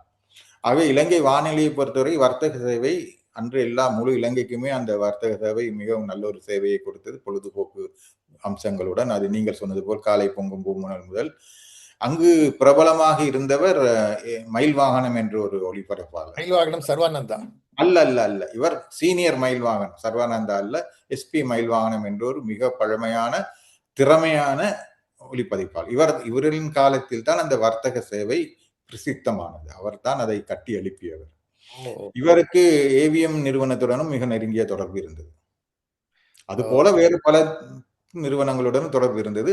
இந்த படம் முன்பெல்லாம் எப்பொழுதுமே படத்தில் ஆரம்பத்தில் பாடல்களை உருவாக்கி விட்டு தான் பட ஷூட்டிங்குக்கு போவார்கள். அந்த படம் ரெக்கார்ட் ஆன உடனே அந்த இசைத்தட்டை மயில்வானத்துக்கு கொடுத்து விடுவார்கள். அவர் அதை இலங்கை வானொலியிலே அவ்வப்பொழுது பொங்கும் பூமுனலில் தொடங்கி எல்லா நிகழ்ச்சிகளிலும் அந்த பாடல்களை ஒளிபரப்பாகி ஒரு 6 மாதம் கழித்து படம் தயாராகி திரைக்கு வரும் பொழுது அந்த பாடல்கள் மிகவும் ஃபேமஸ் ஆகிவிடும், ஹிட் ஆகிவிடும். அதை தொடர்ந்து தியேட்டருக்கு வந்தவுடன் எல்லோரும் அந்த படத்தை சென்று பார்ப்பார்கள். ஆகவே மயில் வாகனம் தமிழ்நாட்டை பொறுத்தவரை ஒரு மிகப்பெரிய ஒரு ஜாம்பவானாக திகழ்ந்தார். இது எந்த அளவுக்கு அவருக்கு அந்த பெயர் இருந்தது என்பதை சொல்ல வேண்டும் என்றால், நான் கண்ட சொர்க்கம் என்ற படத்தில் KA தங்கவேலு ஏதோ ஒரு காரணத்தால் சொர்க்கத்துக்கு சென்று விடுவார் எக்கு தப்பாக. அங்கு சென்று யமதர்மனுடன் பேசிக் கொண்டிருக்கும் பொழுது திடீரென்று ஏதோ மயில்வானத்தின் வானொலி குரல் ஒன்று அங்கு கேட்டுவிடும் சொர்க்கத்தில். உடனே தங்கவேலு திகைத்து போய், இது என்ன மயில்வானம் இங்கேயும் வந்து விட்டாரா என்று கேட்கிறார். அப்பொழுது நான் கண்ட சொர்க்கம் படத்தில் KA தங்கவேலு சொர்க்கத்தில் இருந்து கொண்டு இலங்கை மயில்வானம் இங்கு வந்து விட்டாரா என்று கேட்கின்ற டயலாக் வருகின்ற அளவுக்கு அவருக்கு அந்த நேரம் அப்பொழுது செல்வாக்கு இருந்தது. AVM அதே கண்கள் படம் தயாரித்த பொழுது அவர்களுக்கு பொதுவாக விஸ்வநாதன் தான் இசையமைத்துக் கொண்டிருப்பார். ஆனால் அதே கண்கள் படம் எடுத்த பொழுது மயில்வாகனம் தான் AVM இடம் சொல்லி இருக்கிறார்கள், நீங்கள் இந்த முறை வேதாவை பயன்படுத்துங்கள் இந்த மாதிரி சஸ்பென்ஸ் படத்துக்கு, அவருடைய இசை மிக நன்றாக இருக்கும், ஏற்கனவே அவர் பல மாடர்ன் தியேட்டர்ஸ் படங்களுக்கு இசையமைத்திருக்கிறார், நீங்கள் அவரை பயன்படுத்துங்கள், நான் அந்த பாடல்களை பிரபலப்படுத்தி தருகிறேன் என்று ஒரு உத்தரவாதம் கொடுத்து அதன் மூலம்தான் வேதா அதே கண்கள் படத்துக்கு AVM புரொடக்ஷன்ஸுக்கு இசையமைத்தார். அது போல அந்த அளவுக்கு அவருடைய செல்வாக்கு இருந்தது. அதன் நீட்சியாகத்தான் பின்னர் நீங்க ABH அப்துல் ஹமீத், KS ராஜா, இந்த மயில் வாகனம் சர்வானந்தா என்று ராஜேஸ்வரி சண்முகம் என்று பலர் அந்த ரேடியோவை நடத்தி பிரபலப்படுத்தி கொண்டிருந்தார்கள். இலங்கை பின்னர் ஒரு சந்தர்ப்பத்தில் ஒரு மாலை 7:30 மணி முதல் இரவு 10:30 மணி வரை இன்னொரு வர்த்தக சேவையும் அவர்கள் நீடித்தார்கள். இதற்கென்றால் தமிழ்நாட்டை எய்ம் பண்ணி, அதாவது அந்த வர்த்தக சேவையில் போகின்ற செய்திகள், நிகழ்ச்சிகள் எல்லாம் தமிழ்நாட்டில் இருக்கின்ற மக்கள் கேட்பார்கள் என்பதற்காகவே அந்த நிகழ்ச்சி ஒன்று தனியாக நடத்தப்பட்டது. அப்படியெல்லாம் இலங்கை வானொலி அந்த இலங்கையில் அந்த இனப்பிரச்சனை உக்ரம் அடையும் வரை இலங்கை வானொலியினுடைய பங்களிப்பும் அவர்களுடைய அந்த தாக்கமும் மிகவும் இருந்தது. உண்மையாவே நீங்க சொல்றது ரொம்ப சரியான விஷயம். இலங்கை வானொலியில அந்த பாடல் ஒலிபரப்பி அது கிட்டத்தட்ட ஒரு 6-7 மாசம் ஓடிட்டு இருக்கும். அந்த படம் எப்படா வரும்னு சொல்லி காத்திருப்போம். சில சமயம் வந்து அந்த பாடலை ரிலீஸ் பண்ணி தான் படமே எடுக்க ஆரம்பிப்பாங்க. சில சமயம் அந்த பாடலுடைய அந்த எந்த அளவுக்கு ஹிட் ஆகுதோ அதுக்கு தகுந்தபடி மேலும் அக்கறையா அந்த பாடலை திருப்பி ரீஷூட்லாம் பண்ணியிருக்காங்க. அந்த அளவுக்கு இலங்கை வானொலி ஒரு முக்கியமான ஒரு பங்கை இருக்கிறது என்று கேள்விப்பட்டிருக்கேன். இன்னொரு விஷயம் வந்து பூபாலம், எங்களுடைய பூபாலம் இதழுக்காக அஹ், இவர் அப்துல் ஹமீது பேட்டி கொடுக்கும்போது ஒரு ஒரு தகவலை கொடுத்தார். அது அந்த லலிதாவின் பாட்டுக்கு பாட்டுன்னு ஒரு ரொம்ப ஃபேமஸான ஒரு நிகழ்ச்சி இருக்கு இல்லையா, அந்த நிகழ்ச்சியை பார்த்து தான் இந்தியில் வந்து அந்தாக்ஷரிங்கிற ஒரு நிகழ்ச்சியே ஆரம்பித்தார்கள் அவர்கள். அந்த இலங்கை வானொலிக்கு வந்து இந்த பாட்டுக்கு பாட்டு எப்படி நடக்குதுன்னு பார்த்து அதை வைத்து இந்த ஹிந்தியிலே அந்தாக்ஷரி நிகழ்ச்சியை துவங்கினார்கள் என்று சொன்னார். அந்த அளவுக்கு அந்த இலங்கை வானொலியின் பங்கு இந்த ஒவ்வொரு சீசனுக்கு, அதாவது அந்த 2 விஷயம், அதாவது ஒன்று இலங்கை தொலைக்காட்சி வரும் வரை இலங்கை வானொலியின் பங்கு மிக பரந்தளவில் இருந்தது. இரண்டாவது, அந்த கலவரம், இலங்கை இன பிரச்சனை அதெல்லாம் தொடங்கும் வரையும் இலங்கை வானொலிக்கு ஒரு செல்வாக்கு இருந்தது. பின்னர் மக்கள் எல்லோரும் வேறு வேறு இடங்களுக்கு புலம்பெயர்ந்து போன பிறகு, நிலைமையில எல்லாம் மாற தொடங்கிய பிறகு மெல்ல மெல்ல இலங்கை வானொலியுடைய அந்த முக்கியத்துவமும் மெல்ல மெல்ல குறைய தொடங்கிவிட்டன. ஆஃப்கோர்ஸ் அதற்கிடையில் அந்த FM வானொலியிலும் வந்து விட்டன. அதன் பிறகு ஊருக்கு 4 வானொலியில் 10 வானொலி என்று வந்து விட்டது. எனக்கு வந்து 1975-80 ஆண்டுகளில் திரைத்துறையில் பல மாற்றங்கள் ஏற்பட்டது. இப்போ பாலச்சந்தர் வந்து வித்தியாசமான படங்களை எடுத்துக்கொண்டிருந்தார், டைரக்ட் செய்திருந்தார். பாலு மகேந்திராவுடைய வருகை, பாரதி ராஜா அவருடைய வருகை, திடீர்னு இளையராஜாவுடைய அந்த வருகை, இப்படியெல்லாம் பல அற்புதங்கள் நிகழ்ந்த ஒரு திரைத்துறையை ஒரு வித்தியாசமான மாற்றத்தை தேடி சென்றது. அந்த காலகட்டத்தில் இலங்கை வானொலியும் சரி, இலங்கை திரைப்பட ரசிகர்கள் நல்ல படங்களை வரவேற்றார்கள். அதை பற்றி கொஞ்சம் சொல்லுங்க. படங்களுக்கான வரவேற்பு என்றுமே, அது இந்த காலத்து படமாக இருந்தாலும் யார் அந்தந்த சீசனில் அந்தந்த டைரக்டருடைய படத்துக்கு ஒரு வரவேற்பு இருந்து கொண்டேதான் இருந்தது. தமிழ்நாடும் சரி, இலங்கையும் சரி. அந்த வரிசையிலே பீம்சிங்குக்கும் இருந்தது. பிறகு கோபாலகிருஷ்ணன், ஸ்ரீதர் என்ற வரிசையில் கே பாலச்சந்தருக்கும் வந்தது. கே பாலச்சந்தருடைய படங்களுக்கெல்லாம் நல்ல அது தெரிந்த விஷயம். அவருடைய வித்தியாசமான அந்த கதையில் படங்கள் எல்லாம் நல்ல வரவேற்பை பெற்றன. ஆனால் இந்த பாரதி ராஜா காலம் தொடங்கும் பொழுது இலங்கைக்கு தான் இந்த மீண்டும் மீண்டும் ஒரே விஷயம்தான், இலங்கையில் அந்த வேறு ஆயுத போராட்டம், இனப்பிரச்சனை என்பன எல்லாம் தொடங்கிய காரணத்தால் திரைப்பட விநியோகமும் மெல்ல மெல்ல குறைய தொடங்கிவிட்டன. குறிப்பாக இந்த 83ஆம் ஆண்டு கலவரம் ஏற்பட்ட பிறகு தமிழ் சினிமாவுக்கான அந்த அந்த வரவேற்பு பாதி அளவு குறைந்து விட்டது. ஏனென்றால் பல பேர் ஊரை விட்டு கிளம்பி விட்டார்கள். தியேட்டர்கள் எல்லாம் இயங்குவது மிகவும் குறைந்து விட்டது. பல தியேட்டர்கள் தாக்கப்பட்டு இல்லாமலே போய்விட்டன. ஆகவே பாரதி ராஜா, பாலு மகேந்திரா போன்ற புதிய மணிரத்னம், இந்த புதிய இயக்குநர்களுடைய படங்களுக்கான வரவேற்பு இலங்கையில் அரிதாகத்தான் இருந்தது என்று சொல்ல வேண்டும். ஏனென்றால் வந்த படங்களும் குறைவு, அதை பார்த்து ரசிக்கக்கூடிய ரசிகர்களும் குறைவு. காலகட்டம். வெளிநாட்டுக்கு போன தமிழர்கள் அந்த படங்களை அங்கு பார்த்து ரசித்தார்கள். அதை சொல்ல இன்றும் உலகளாவிய அளவில் இலங்கை ரசிகர்கள் எல்லா படத்திற்கும் வரவேற்பு கொடுத்து அதே அளவுக்கு இன்டர்நேஷனல் ஆக்கி விட்டார்கள். இந்த இயக்குநர்கள் எல்லோரும் இன்டர்நேஷனல் அந்தஸ்தை பெற்று விட்டார்கள். காரணம் இவர்கள் அங்கு சென்று பார்க்க தொடங்கியதா. உண்மைதான், உண்மைதான். இப்பொழுது வந்து கடைசி கேள்வியை கேட்கிறேன்.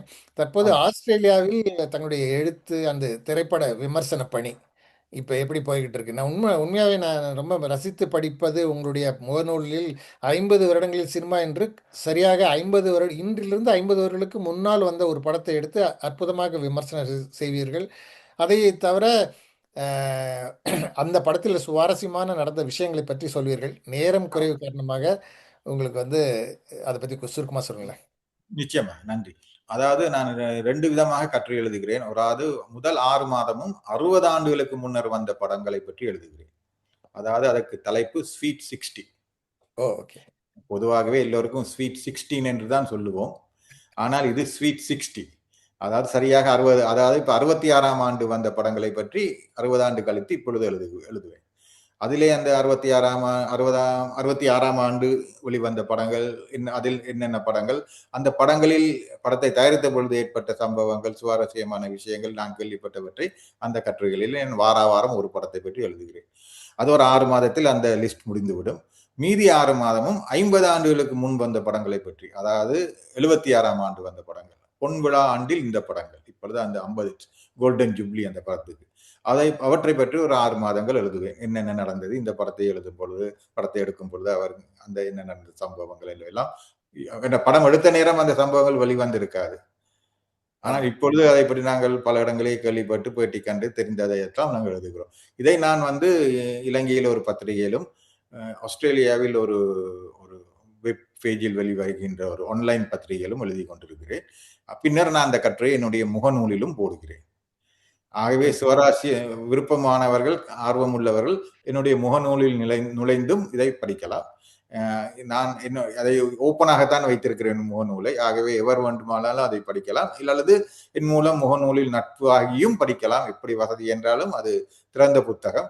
என்னுடைய முகநூல் முகவரி வந்து தாஸ் சுந்தரதாஸ், அதாவது DAS தாஸ் சுந்தரதாஸ், SUNTHERADAS என்ற பெயரில் கைப்படித்தால் என்னுடைய முகநூல் இருக்கின்றது. அதில் இருக்கிறேன், தாஸ் சுந்தரதாஸ். நீங்க தாஸ் தாஸ் நீ இப்போ பாஸ் பாஸ்ன்னு ஒரு பாட்டு இருக்காது, ஞாபகம் வருது. செய்து விட வேண்டியதுதான். இத்தனை நேரம் எங்கள் கேள்விகளுக்கு நேரம் ஒதுக்கி பதிலளித்ததுக்கு மிக்க நன்றி சுந்தரதாஸ் அவர்களே.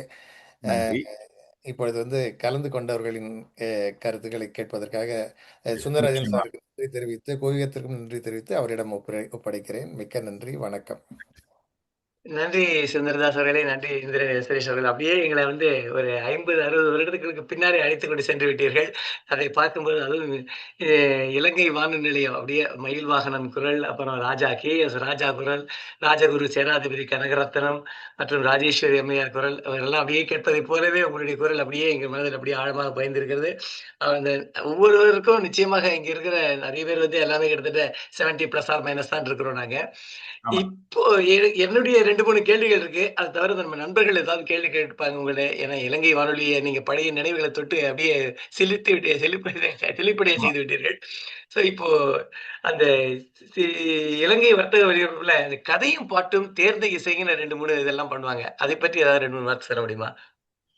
ஆமா, இலங்கை வானிலையிலே ஒரு குறிப்பிட்ட காலம் ஒரு பொற்காலம். அதாவது நிறைய நிகழ்ச்சிகள், ஒளிச்சித்திரம் என்ற ஒரு நிகழ்ச்சி இருந்தது. அதாவது அது ஒரு படத்தின் கதை வசனத்தை ஒரு மணித்தியாலத்துக்குள் அடக்கி விடுவார்கள். அது தமிழ்நாட்டிலும் அது இருந்தது. பாட்டும் பதமும் என்ற ஒரு நிகழ்ச்சி நடத்தி கொண்டிருந்தார்கள். அதாவது ஒரு பதத்தை எழுதிவிட்டு அதில் ஒரு 10 வார்த்தைகள் வரும். அந்த 10 ஒவ்வொரு வார்த்தைக்கும் ஒரு பாடலை ஒளிபரப்புவார்கள். இது போல நீங்கள் சொன்ன அந்த கதையும் பாடலும், அதாவது ஒரு கதை, அதற்கு ஒரு 4-5 பாடல்கள் இடையில் வருகின்றன. ஒவ்வொன்றுக்கும் ஒவ்வொரு அறிவிப்பாளர் பொறுப்பாக இருப்பார். அவர்கள் ஒரு 1/2 மணித்தேரம் அவர்களுக்கு ஒதுக்கி இருப்பார்கள் அதை செய்வதற்கு. அதை மாறி மாறி ஒவ்வொருவரும் அந்த நிகழ்ச்சிகளை நடத்துவார்கள்.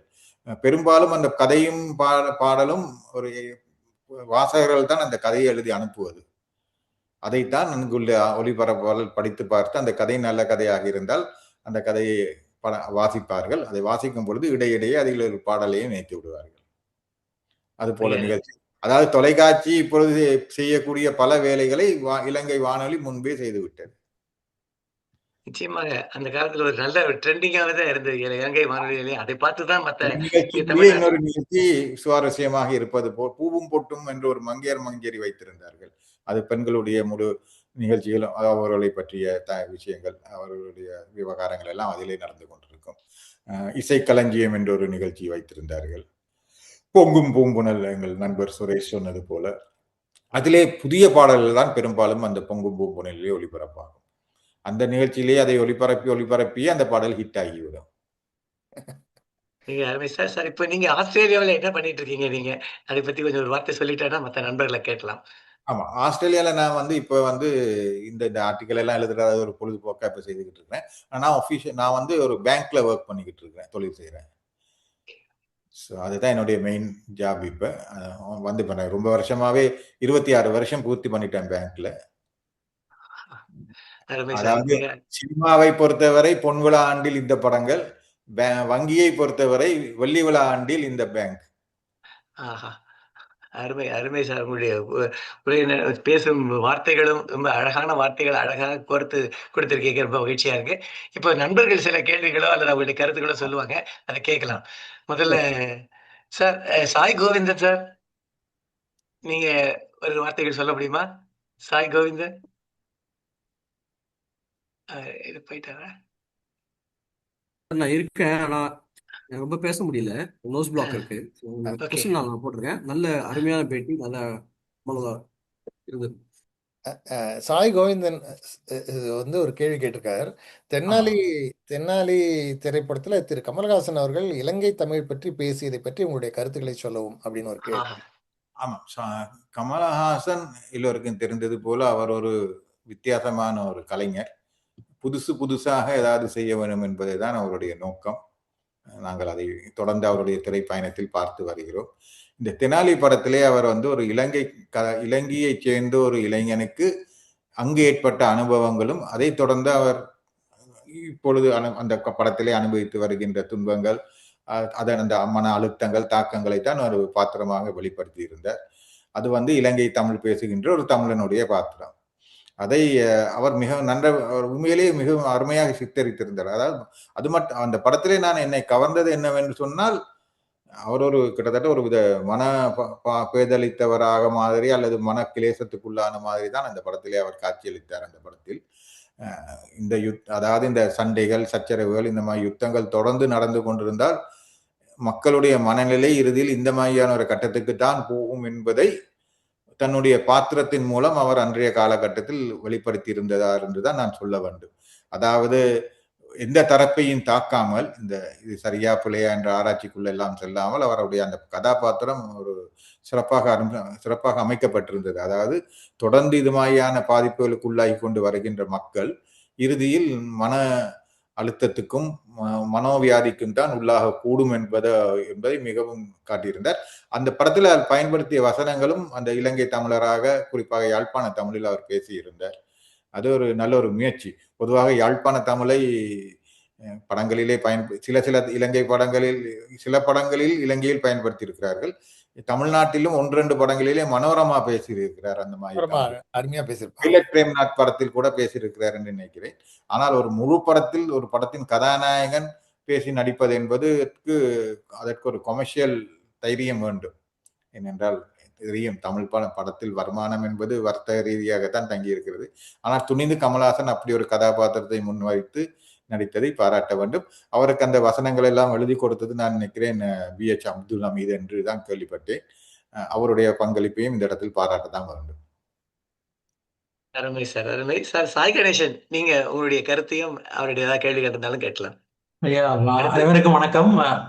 நிகழ்ச்சி ரொம்ப சுவாரஸ்யமா இருந்தது. மீண்டும் இலங்கை வானொலியை ஒரு இன்டர்வியூ கேட்டது போலதான் இருந்தது. அவ்வளவு ஒரு அருமையாக நடந்த பதில் சொல்லாங்க. ஒரு கேள்வியும் ரொம்ப சுவாரஸ்யமான கேள்வி. அதற்கு அவருடைய பதிலும் அப்படியே இலங்கை தமிழ்ல ஒழுங்கு அப்படியே கேட்டது, மீண்டும் இலங்கை வானொலியை கேட்டது போலதான் இருந்தது சார். ரொம்ப நல்ல முயற்சி, மிக்க நன்றி. ரொம்ப நன்றி. நன்றி சார். அடுத்தது அனந்த் ரவி சார், நீங்க அன்மியூட் பண்ணிட்டு உங்களுடைய கருத்தையும் அவருடைய ஏதாவது கேள்விகள் இருந்தாலும் கேட்கலாம். சார், உண்மையிலே ரொம்ப இனிமையான நினைவுகள். இதெல்லாம் வந்து அந்த காலத்துல மறக்கவே முடியாது. தமிழ் சினிமாவின் அற்புதமான பாடல்கள் வந்து நமக்கெல்லாம் அறிமுகப்படுத்தி அது வந்து ஹிட் அடிக்க வச்சதுன்னு சொன்னா அது இலங்கை வானொலி தான். அது வந்து சில பாடல்கள்லாம் அவங்க வந்து அந்த நினைத்தாலே நிற்கும் பாட்டு வந்து ஒரு நாளைக்கு ஒரு 10 தடவை போடுவாங்க. ஸோ நம்மளால அதை கேட்காம இருக்க முடியாது. அதே மாதிரி தான் அந்த பொன்னூஞ்சல்ங்கிற படத்துல ஆகாய பந்தலிலே அப்படின்னு ஒரு பாட்டு இருக்கும். அதையும் திரும்ப திரும்ப திரும்ப திரும்ப போட்டு இந்த பாட்டுல இவ்வளவு இருக்கா அப்படின்னு நம்மளை வந்து பிரமிக்க வச்சாரு அவங்க. அது ரொம்ப உண்மையிலே அதுக்கு நம்ம நன்றி தான் சொல்லணும். ஆக்சுவலா ரொம்ப நல்லா இருந்தது சார். இப்ப நான் கேட்கறது வந்து, இன்றைய இலங்கையில சினிமா தியேட்டர்கள்ல தமிழ் சினிமாக்கள் ஓடுதா? ஆமா, சுருக்கமாக சொல்லிவிடுகிறேன். இன்று இலங்கையிலே தமிழ் சினிமாக்கள் இருக்கின்றன, படங்கள் ஓடுகின்றன. ஆனால் எண்ணிக்கை குறைந்து விட்டன. இது தமிழ்நாட்டிலேயும் சென்னையிலையும் உள்ள அதே நிலைமை தான், இலங்கையிலையும் அதே நிலைமை தான். செலக்டட் சினிமாஸ், அதாவது ஒரு சில சினிமாக்கள் இருக்கின்றன. அதுவும் பெரும்பாலும் உங்களுக்கு தெரியும், எல்லாம் இப்ப சினிமா காம்ப்ளெக்ஸ் ஆயிட்டு. அதாவது ஒரு பில்டிங்ல 4-5 சினிமாக்கள் தியேட்டர்கள் இருக்கும். அதுல 4-5 விதமான படங்கள் ஒரே நேரத்தில் ஓடிக்கொண்டிருக்கும். அது யாரு இஷ்டமோ அந்த நேரம் உள்ளுக்குள்ள நுழையலாம், அந்த படத்தை பார்க்கலாம். கஷ்டம்னா எழுந்திரிச்சு நடுவில் எழுந்திரிச்சு வெளியிலையும் போயிடலாம். யாருக்கும் எந்த பிரச்சனையும் கிடையாது. அது பாட்டுக்கு ஓடிக்கிட்டு இருக்கும், அவன் பாட்டுக்கு பார்த்துக்கிட்டே இருப்பான், தேவைன்னா போயிடுவான் வெளியில. அப்படிதான் இப்ப அங்கேயும் ஓடிக்கிட்டு இருக்கு படங்கள். ஆனா படங்கள் ஓடிக்கிட்டு தான் இருக்குது.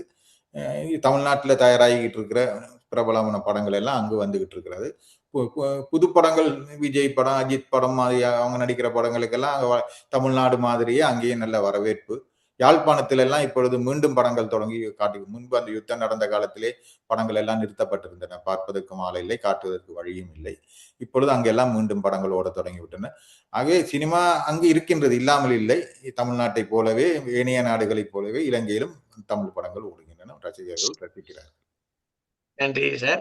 நம்ம தென்காசி கணேசன் ஒரு சினிமா துறையிலும் சரி, கவிதையிலையும், எல்லா கதைகள் எல்லாத்துலயுமே பிரபலமானவர்.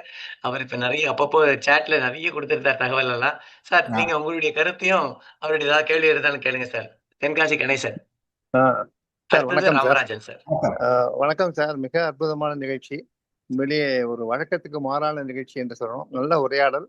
இந்திரநீலன் சுரேஷும் நல்ல கேள்வி கேட்டாரு. அதுவும் உங்களுடைய பதில், அந்த நீங்க இயல்பாகவே பத்திரிகையாளராகவும் அந்த திரைத்துறை சம்பந்தப்பட்டவர்களாம் இருந்ததுனால யதார்த்தமாக இருந்தது.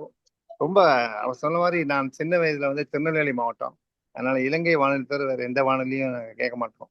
அதை கேட்டு கேட்டுதான் இன்னைக்கு பாடல் யாரு, பாடல் ஆசிரியர் யாரு, இசையமைத்தவர் யாரு, இதே பூரா மயில்வாகனம் இருந்து ராஜேஸ்வரி சண்முகம், கோகிலவர்த்தினி சிவராஜா என்று வாசன் அத்தனை பேரும் மனதிலே நினைவிருக்கிறார்கள். பாடல்களை கூட அறிவிப்பாளர்கள் மனதில், அதுவும் KS ராஜா ஒவ்வொரு விளம்பரம் கொடுப்பார் ஒரு பாட்டுக்கு.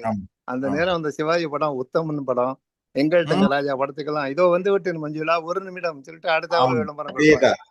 அது எத்தனை உங்களுடைய குரல் வளமும், அது எனக்கு நான் பொறாமைப்படக்கூடியது என்னவென்றால், அந்த மண்ணின் மாண்பு மாறாத உங்களுடைய குரல். நீங்க ஆஸ்திரேலியாலேயே அண்டார்டிகா போனாலும் அந்த இலங்கை பேச்சு இருக்கிறது, மிகவும் ரசித்து அனுபவிக்கக்கூடிய ரசனையான பேச்சு அது.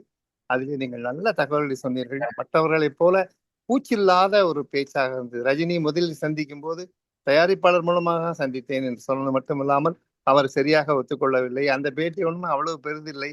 இப்படியெல்லாம் சொல்வதற்கு பாரதியை போல சொல்லொன்றும் செயலொன்றும் ஒன்றாக இருக்க வேண்டும். அந்த மட்டுக்கு நீங்கள் உங்களுடைய ஒரு இதன் மூலமாக நிச்சயமாக தொடர்பில் இருப்பேன் என்று நம்புகிறேன். ஏனென்றால் எனக்கு இன்றைக்கு திரையுலகத்துடைய பாடல்கள், திரையுலக சமாச்சாரங்கள் எல்லாம் தெரிகிறது என்றால், 7 வயதிலே பிறந்த நாள் இன்று பிறந்த நாள் நாம் பிள்ளைகள் போலே, அதை கேட்டு அது வருது பொங்கும் பூம்புணல் என்று கேட்டு, இசையும் கதையும் என்று கேட்டு, அந்த இசையும் கதையின் தன்னடிப்பு. சிவாஜி கணேசன் ஒரு முறை சொன்னார், நான் நடிப்பதெல்லாம் பெரிதில்லப்பா, அந்த ஸ்டூடியோக்குள்ள யாருமே இல்லாம ராஜேஸ்வரியும் அப்துல் அமீதும் மயில்வாகனும் பேசிக்கிறாங்க பாரு, அப்படியே இருக்கும் அந்த காதலும் தத்துவமும் பேசிக்கொள்வது.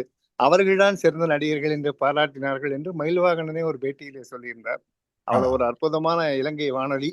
காலத்தின் கோலத்திலே சில விஷயங்கள் நடந்து விட்டது என்பது எங்களுக்கு மிக வருத்தம். அதுவும் திருநெல்வேலி மாவட்டம், மதுரை, ராமநாதபுரம் மாவட்டத்திற்கு இலங்கை என்பது ஒரு கிட்டத்தட்ட ஒரு எங்களுடைய நம்பிக்கை போல.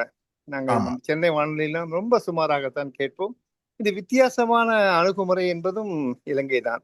விதவிதமான பாடல்கள், ஒருவர் பாடியது, இருவர் பாடியது, இப்படியெல்லாம் அந்த காலத்திலே கொடுத்து இந்த கிரியேட்டிவிட்டி என்கிறார்களே. நாங்கள் இன்றைக்கு அத்தனை டிவியும் எல்லாம் செய்வதெல்லாம் காப்பி. நான் சொல்கிறேன், பெஞ்ச் மார்க் இல்லாட்டா காப்பி.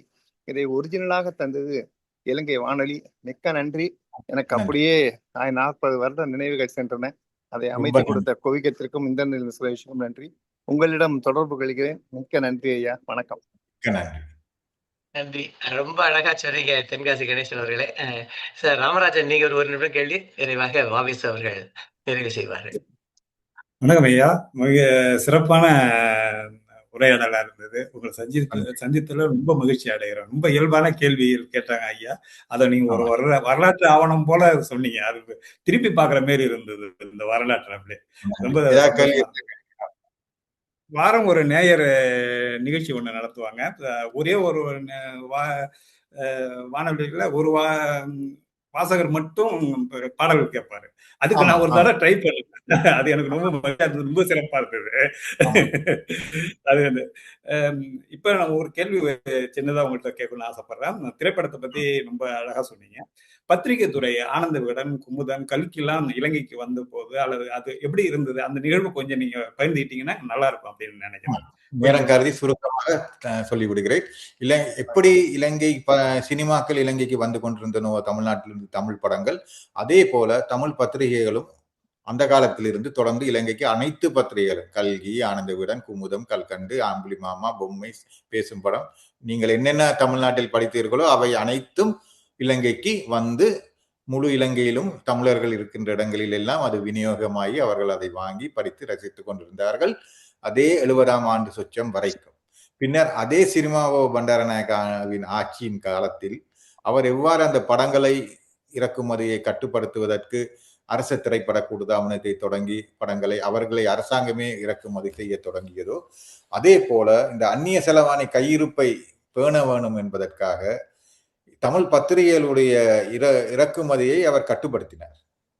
அதன் காரணமாக சில பத்திரிகைகள் மட்டும்தான் 72ஆம் ஆண்டுக்கு பிறகு இலங்கைக்கு அனுமதிக்கப்பட்டன. குமுதம், ஆனந்த விகடன், கல்கி, கலைமகள் இந்த பத்திரிகைகள் எல்லாம் இலங்கைக்கு வரலாம். ஆனால் கல்கண்டு, பொம்மை, பேசும் படம் இது போன்ற பத்திரிகைகள் எல்லாம் தடை செய்யப்பட்டு விட்டன. ஏனால் அவை அனாவசியம் என்ற ஒரு அபிப்பிராயத்தில் அதற்கு பத்திரிகையை இறக்குமதி செய்தவர்களும் அந்த கோட்டா சிஸ்டம் என்று ஒன்று அறிமுகப்படுத்தப்பட்ட காரணத்தால் அவர்கள் என்ன செய்தார்கள் என்றால் நான் நினைக்கிறேன் அந்த கல்கண்டு வாங்குகின்ற அந்த கோட்டாவுக்கு பதிலாக அதை குமுதத்துக்கு பயன்படுத்தி இருப்பார்கள். அதே போல பொம்மை பேசும் படம் வாங்குவதற்கான அந்த கோட்டாவை வேற ஏதாவது ஒரு பத்திரிகை எடுப்பது, எப்படியோ அந்த பத்திரிகைகள் எல்லாம் அங்கு வருவது நின்று விட்டது. ஆகவே ஒரு 7-8 வருடங்களுக்கு எங்களுக்கு சில பத்திரிகைகள் பிறகு படிக்க கிடைக்கவில்லை. ஒரு குறிப்பிட்ட பத்திரிகைகள் மட்டும்தான் படித்துக் கொண்டிருந்தோம் தமிழ்நாட்டில் இருந்து. ஆனால் இப்பொழுது நிலைமை மாறிவிட்டது. இப்பொழுது மீண்டும் அந்த பத்திரிகைகள் எல்லாம் தாராளமாக வருகின்றன. ஆனால் இப்பொழுதுதான் எல்லாம் ஆன்லைனுக்கு மாறிவிட்டது. ஆகவே நீங்கள் இஷ்டப்பட்ட எந்த பத்திரிகையுமே இந்த ஆன்லைனிலே படித்து விட்டு சென்று விடலாம், இன்டர்நெட்டில் பார்க்கலாம், எந்த சிக்கலும் கிடையாது. இதெல்லாம் யோசித்து பார்க்கும் பொழுது ஒரு மாயை, அதாவது அரசாங்கங்கள் வருகின்றன, ஒவ்வொரு கொள்கைகளை அமுலாக்குகிறார்கள். ஏதோ அந்த நேரத்தில் அது பெரிய தாக்கத்தை உருவாக்குகிறது மக்கள் மத்தியிலே. ஒரு அடக்குமுறை போலவும் ஒரு ஒரு ஒரு பாகுபாடுத்துறது போலவோ போன்ற மாதிரியான டிஸ்கிரிமினேஷன் போல எல்லாம் இது நடக்கின்றது. ஆனால் சில ஆண்டுகள் கழித்த பிறகு பார்க்கும் பொழுது விஞ்ஞான யுகத்தில் எல்லாமே மாறி சர்வசாதாரணமாக எல்லோருக்கும் எல்லாம் கிடைக்கின்றன. இப்பொழுது இதற்காகவா நாங்கள் போராடினோம் என்ற மாதிரியான ஒரு யோசனையும் சில சமயம் உருவாகிறது மனதிலே. ஏனென்றால் இப்பொழுது எல்லாமே ஆன்லைனிலே பார்க்கக்கூடிய கட்டத்துக்கு வந்துவிட்டோம். நன்றி சார், நன்றி. நிறைவாக நமது வாவேஸ் அவர்கள் நமது இந்திரநில சுரேஷுக்கும் நம்ம சுந்தரதாஸ் அவர்களுக்கும் நன்றி பாராட்டி இந்த நிகழ்ச்சியை நிறைவு செய்யும்படி அன்புடன் கேட்டுக்கொள்கின்றேன். வாவேஸ் அவர்கள். வணக்கம். அருமையான நிகழ்ச்சி. இந்திரநீலன் ஒரு விஷயத்தை எடுத்த சாதாரணம் கிடையாது. அதனால இன்னைக்கு ஆரம்பிக்கும் போதே அவர்கள் சொன்னார்கள் சுந்தர்தாஸ். ஒன்னு சொல்லிடுறேன், சுந்தர்தாஸ்னா தமிழ்ல அழகுக்கு அடிமைன்னு அர்த்தம். சுந்தருக்கு தாஸ் அழகுக்கு அடிமை. நாங்களெல்லாம் இவருக்கு அடிமை ஆயிட்டோம் இன்னைக்கு. அதனால ஆனா இலங்கையை நினைக்கும் போது என் மனசுல ரொம்ப ஒரு வருத்தம் இருக்கும். காயம்பட்ட மண், புண்பட்ட மண் என்றுதான் நான் இலங்கை பற்றி நினைப்பேன். நிறைய எனக்கு அங்க நண்பர்கள், கவிஞர்கள், விஜயேந்திரன்லாம் இங்க எனக்கு முதல்ல இலங்கையில இருக்கக்கூடிய கவிதை நூல்கள் எல்லாம் எனக்கு முதல்ல பிரிண்டல் வரும்போது தெரியும். சிலோன் விஜயேந்திரனே நண்பர் அவர். அப்படி பெரிய நினைவுகள். இந்த சாதாரண இந்த டாக் தாண்டி என்னுடைய தென்காசி கணேசன் இங்க இருக்கிறவங்க எல்லாம் காப்பி அடிப்பான ஒரு அனுமானத்துல சொன்னார். நான் 1970 இருந்து வானொலியிலும் 75 இருந்து ஆரம்பத்துல டிவியில இருந்து நான் இருக்கிறவன். உள்ள நாங்க டிஸ்கஸ் பண்ணும்போது இலங்கையில எப்படி நடந்து வானொலி, இலங்கை வானொலி எடுப்போம். அப்படியே இது காப்பி அடிக்கிற உண்மையில அப்படிதான் நடந்தது இலங்கையில இருக்கிறது. இன்னொன்னு உங்களுக்கு நள்ளிரவன் சொன்னார்.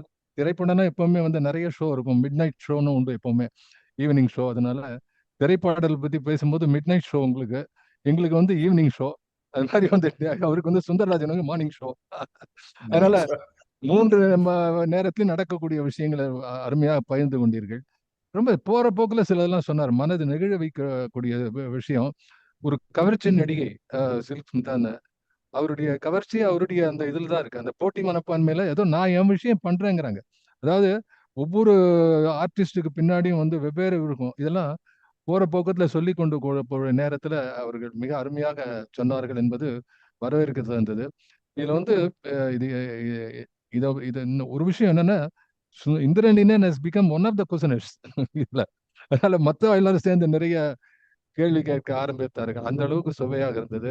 குவிகம் சார்பில், நண்பர்கள் சார்பில் இவ்வளோ, அதாவது இயல்பா இவனு சொன்ன மாதிரி இன்னொன்னு சொல்லி நான் முடிக்கணும். தென்காசி கணேசன் குறிப்பிட்டார்கள், எனக்கு இலங்கை தமிழ் ரொம்ப பிடிக்கும். அதாவது ஏன் அப்படின்னா, ஒரு சொல்லுக்கும் இடையிலே அந்த சொல்லை நீங்கள் சொல்வதற்கு முன்னால் மடியிலே கொஞ்சம் தாளாட்டி விட்டு தான் கொடுப்பீர்கள். நாங்க எல்லாம் மொத்தமா புளிமூட்டை மாதிரி அடைச்சு பேசுவோம். நீங்க ஒவ்வொரு சொல்லையும் அப்படி தாளாட்டி அடுப்பது சொல்லக்கூடியது. நான் மகிழ்ந்து பார்க்கக்கூடிய, நான் மகிழ்ந்து எண்ணக்கூடிய ஒரு நிலம் மகிழ்ந்து என்னுடைய கிட்டத்தட்ட 40 ஆண்டு 50 ஆண்டு இலக்கிய பணியில நிறைய இலக்கிய இலங்கை நண்பர்கள் இருந்திருக்கிறார்கள். அதெல்லாம் நினைவுக்கு கொண்டு வரக்கூடிய ஒரு நெகிழ்ச்சியான தருணம் உண்மையிலே ஐயா. ஆகவே உங்களுக்கு எனது வாழ்த்துகள், ஆசைகள். இன்னொன்னு வந்து வங்கி பணி. நீங்க வங்கி பணியில இருந்தா குவிகம் ஜோதியில கலந்துருவீங்க. ஏன்னா இங்க வந்து முதல் எலிஜிபிலிட்டியே வங்கி பணியில இருக்கணும், இல்ல வங்கியோட தொடர்பு கொண்டிருக்கணும். ஆகையால வங்கியோட இன்னொன்னு வந்து தொடர்பு எந்த வங்கியில வந்து பிரச்சனையும் இல்லை. உங்களுக்கு எல்லாருமே கஸ்டமர் தான். இல்ல, சரி. இன்னொன்னு நீங்க சொன்னது எனக்கு பிடிச்சது. இதுல வந்து கோல்டன் ஜூப்ளினா இதுல வந்து பொன் விழா ஆண்டு உங்களுக்கு திரைப்படம். வங்கி பணியில ஆமா. வெள்ளி விழான்னு சொன்னீங்க. அதுதான் ஆமா. முக்கியம். வெள்ளிம்பாங்க. இலங்கையில வந்து வெள்ளி தான் காசு. ஆகவே உங்களுக்கு நிறைய ஜூப்ளி. வந்து பொருளாதார வசதியும் கூட வேண்டும் என்று ஆமா. சொல்லி நான் நான் எல்லார் சார்பிலும் உங்களுக்கு நன்றி கூறி ரொம்ப ரொம்ப அருமையான நன்றி. நிகழ்ச்சி ஆஸ் யூஷுவல். அண்ட் மறுபடியும் நினைத்து பார்க்கக்கூடிய நிகழ்ச்சி. இங்க இருக்கக்கூடிய பல பேர்கள் உங்களோட தென்காசி கன்வென்ஷன் ஆரம்பித்து பல பேர் தொடர்பு கொள்வார்கள், இன்க்ளூடிங் மைசெல்ஃப். நிச்சயமா. எங்களோடு தொடர்ந்து வாருங்கள். குவிகத்தோடு அவசியம். இணைந்து பயணம் செய்யுங்கள். திரைத்துறையின் அற்புதமான அனுபவத்தை நீங்கள் இன்னமும் பகிர்ந்து கொள்ள நிறைய வாய்ப்புகள் உங்களுக்கு தேவை என்று சொல்லி வாழ்த்துகிறேன். வணக்கம், நன்றி. நன்றி. என்னுடைய நன்றியையும் தெரிவித்துக் கொள்கிறேன். என் நண்பர் இந்திர நீலன் சுரேஷ் அவர்கள் என்னுடைய தொடர்பு கொண்டு இதை சொன்ன பொழுது நான் மிகவும் மகிழ்ச்சியுடன் அதை ஏற்றுக்கொண்டேன். ஏனென்றால் எனக்கு சுரேஷ் அவர்களை சென்னையில் வைத்து நீண்ட காலம் தெரியும். ஆகவே அவர் ஒரு விஷயத்தை சொல்லும் பொழுது அதில் ஒரு அர்த்தம் இருக்கும், அதில் ஒரு அவசியம் இருக்கும் என்று எனக்கு தெரிந்து விட்டது. அதை நான் ஏற்றுக்கொண்டேன். இப்பொழுது நீங்கள் எல்லோரும் இதில் கலந்து கொண்டு என்னுடைய இந்த உரையாடலை கேட்டதற்கு மிக்க நன்றி. குவிகத்துடன் நான் தொடர்ந்து பயணிக்க விரும்புகின்றேன். நீங்களும் அதே போல் என்னுடைய தொடர்ந்து தொடர்பில் இருங்கள். தாஸ் சுந்தரதாஸ் என்ற பெயரில் என்னை நீங்கள் முகநூலிலும் தொடரலாம். மீண்டும் ஒரு சந்தர்ப்பத்தில் மீண்டும் சந்திப்போம். மிக்க நன்றி. வணக்கம். நன்றி. நன்றி சுந்தரதாஸ். நன்றி இந்திரநீலன் சுரேஷ். ரொம்ப அருமையான நிகழ்வா போச்சு. ஈழத்துல இருந்து நம்ம நித்தி கனகரத்னம் அவர்கள் ஒரு தடவை பாப்பிசை பிதா அவர் ஒரு தடவை வந்திருந்தாரு. அவர் ஆஸ்திரேலியால தான் இருந்தாரு. அவரும் வந்து நம்ம பாடல்கள் பாடிய சின்ன மாமிய பாடல்கள்லாம் ஒரு தடவை இங்க பாடி காமிச்சாரு. இதே குவிகம் அலைவரிசையில் அவரும் வந்திருந்தாரு. இந்த அலைவரிசைங்கிற வார்த்தையே நம்ம சிலோன்ல கேட்டதுதான். ரொம்ப நல்ல விஷயம். இப்படி தொடர்ந்து பழகலாம். நிறைய பேர் அறிமுகமும் தொடர்பும் ஏற்படும், அனுபவங்களையும் தெரிஞ்சுக்கலாம். இன்னொரு சந்தர்ப்பத்திலையும் சந்திப்போம். நன்றி சார். அடுத்த வாரம் எங்களுடைய நிகழ்வு என்ன என்பதை சொல்லிவிட்டு இந்த நிகழ்ச்சியை நிறைவு செய்கின்றோம். அடுத்த வாரம் டாக்டர் இளவரசன் என்ற நண்பர் வருகின்றார். நமது NS பிரேமா அவர்கள் அறிமுகம் செய்தார்கள். அவர் சித்தா அண்ட் வர்மா மருத்துவத்தில் பிரபலமானவர். சித்த மருத்துவத்தை பற்றி பேசுவதற்கு NS பிரேமா அவர்களையே பேச சொல்லி கேட்டோம். அப்போது அவர் என்னை விட அதுக்கு நல்ல திறமையான ஒருத்தர் இருக்கிறார், அவரை அறிமுகப்படுத்துகிறேன் என்று கூறினார்கள். அவருக்கு இப்பொழுது நேரம் அவையளவாக இருக்கிறது. ஸோ 30ஆம் தேதி நம்ம அவருடைய உரையை கேட்பதற்காக நம்ம அவருடன் காத்துக் கொண்டிருக்கின்றோம். அனைவருக்கும் நன்றி பாராட்டி நிகழ்ச்சியை நிறைவு செய்கின்றோம். நன்றி, வணக்கம். மீண்டும் சந்திப்போம். மிக்க நன்றி.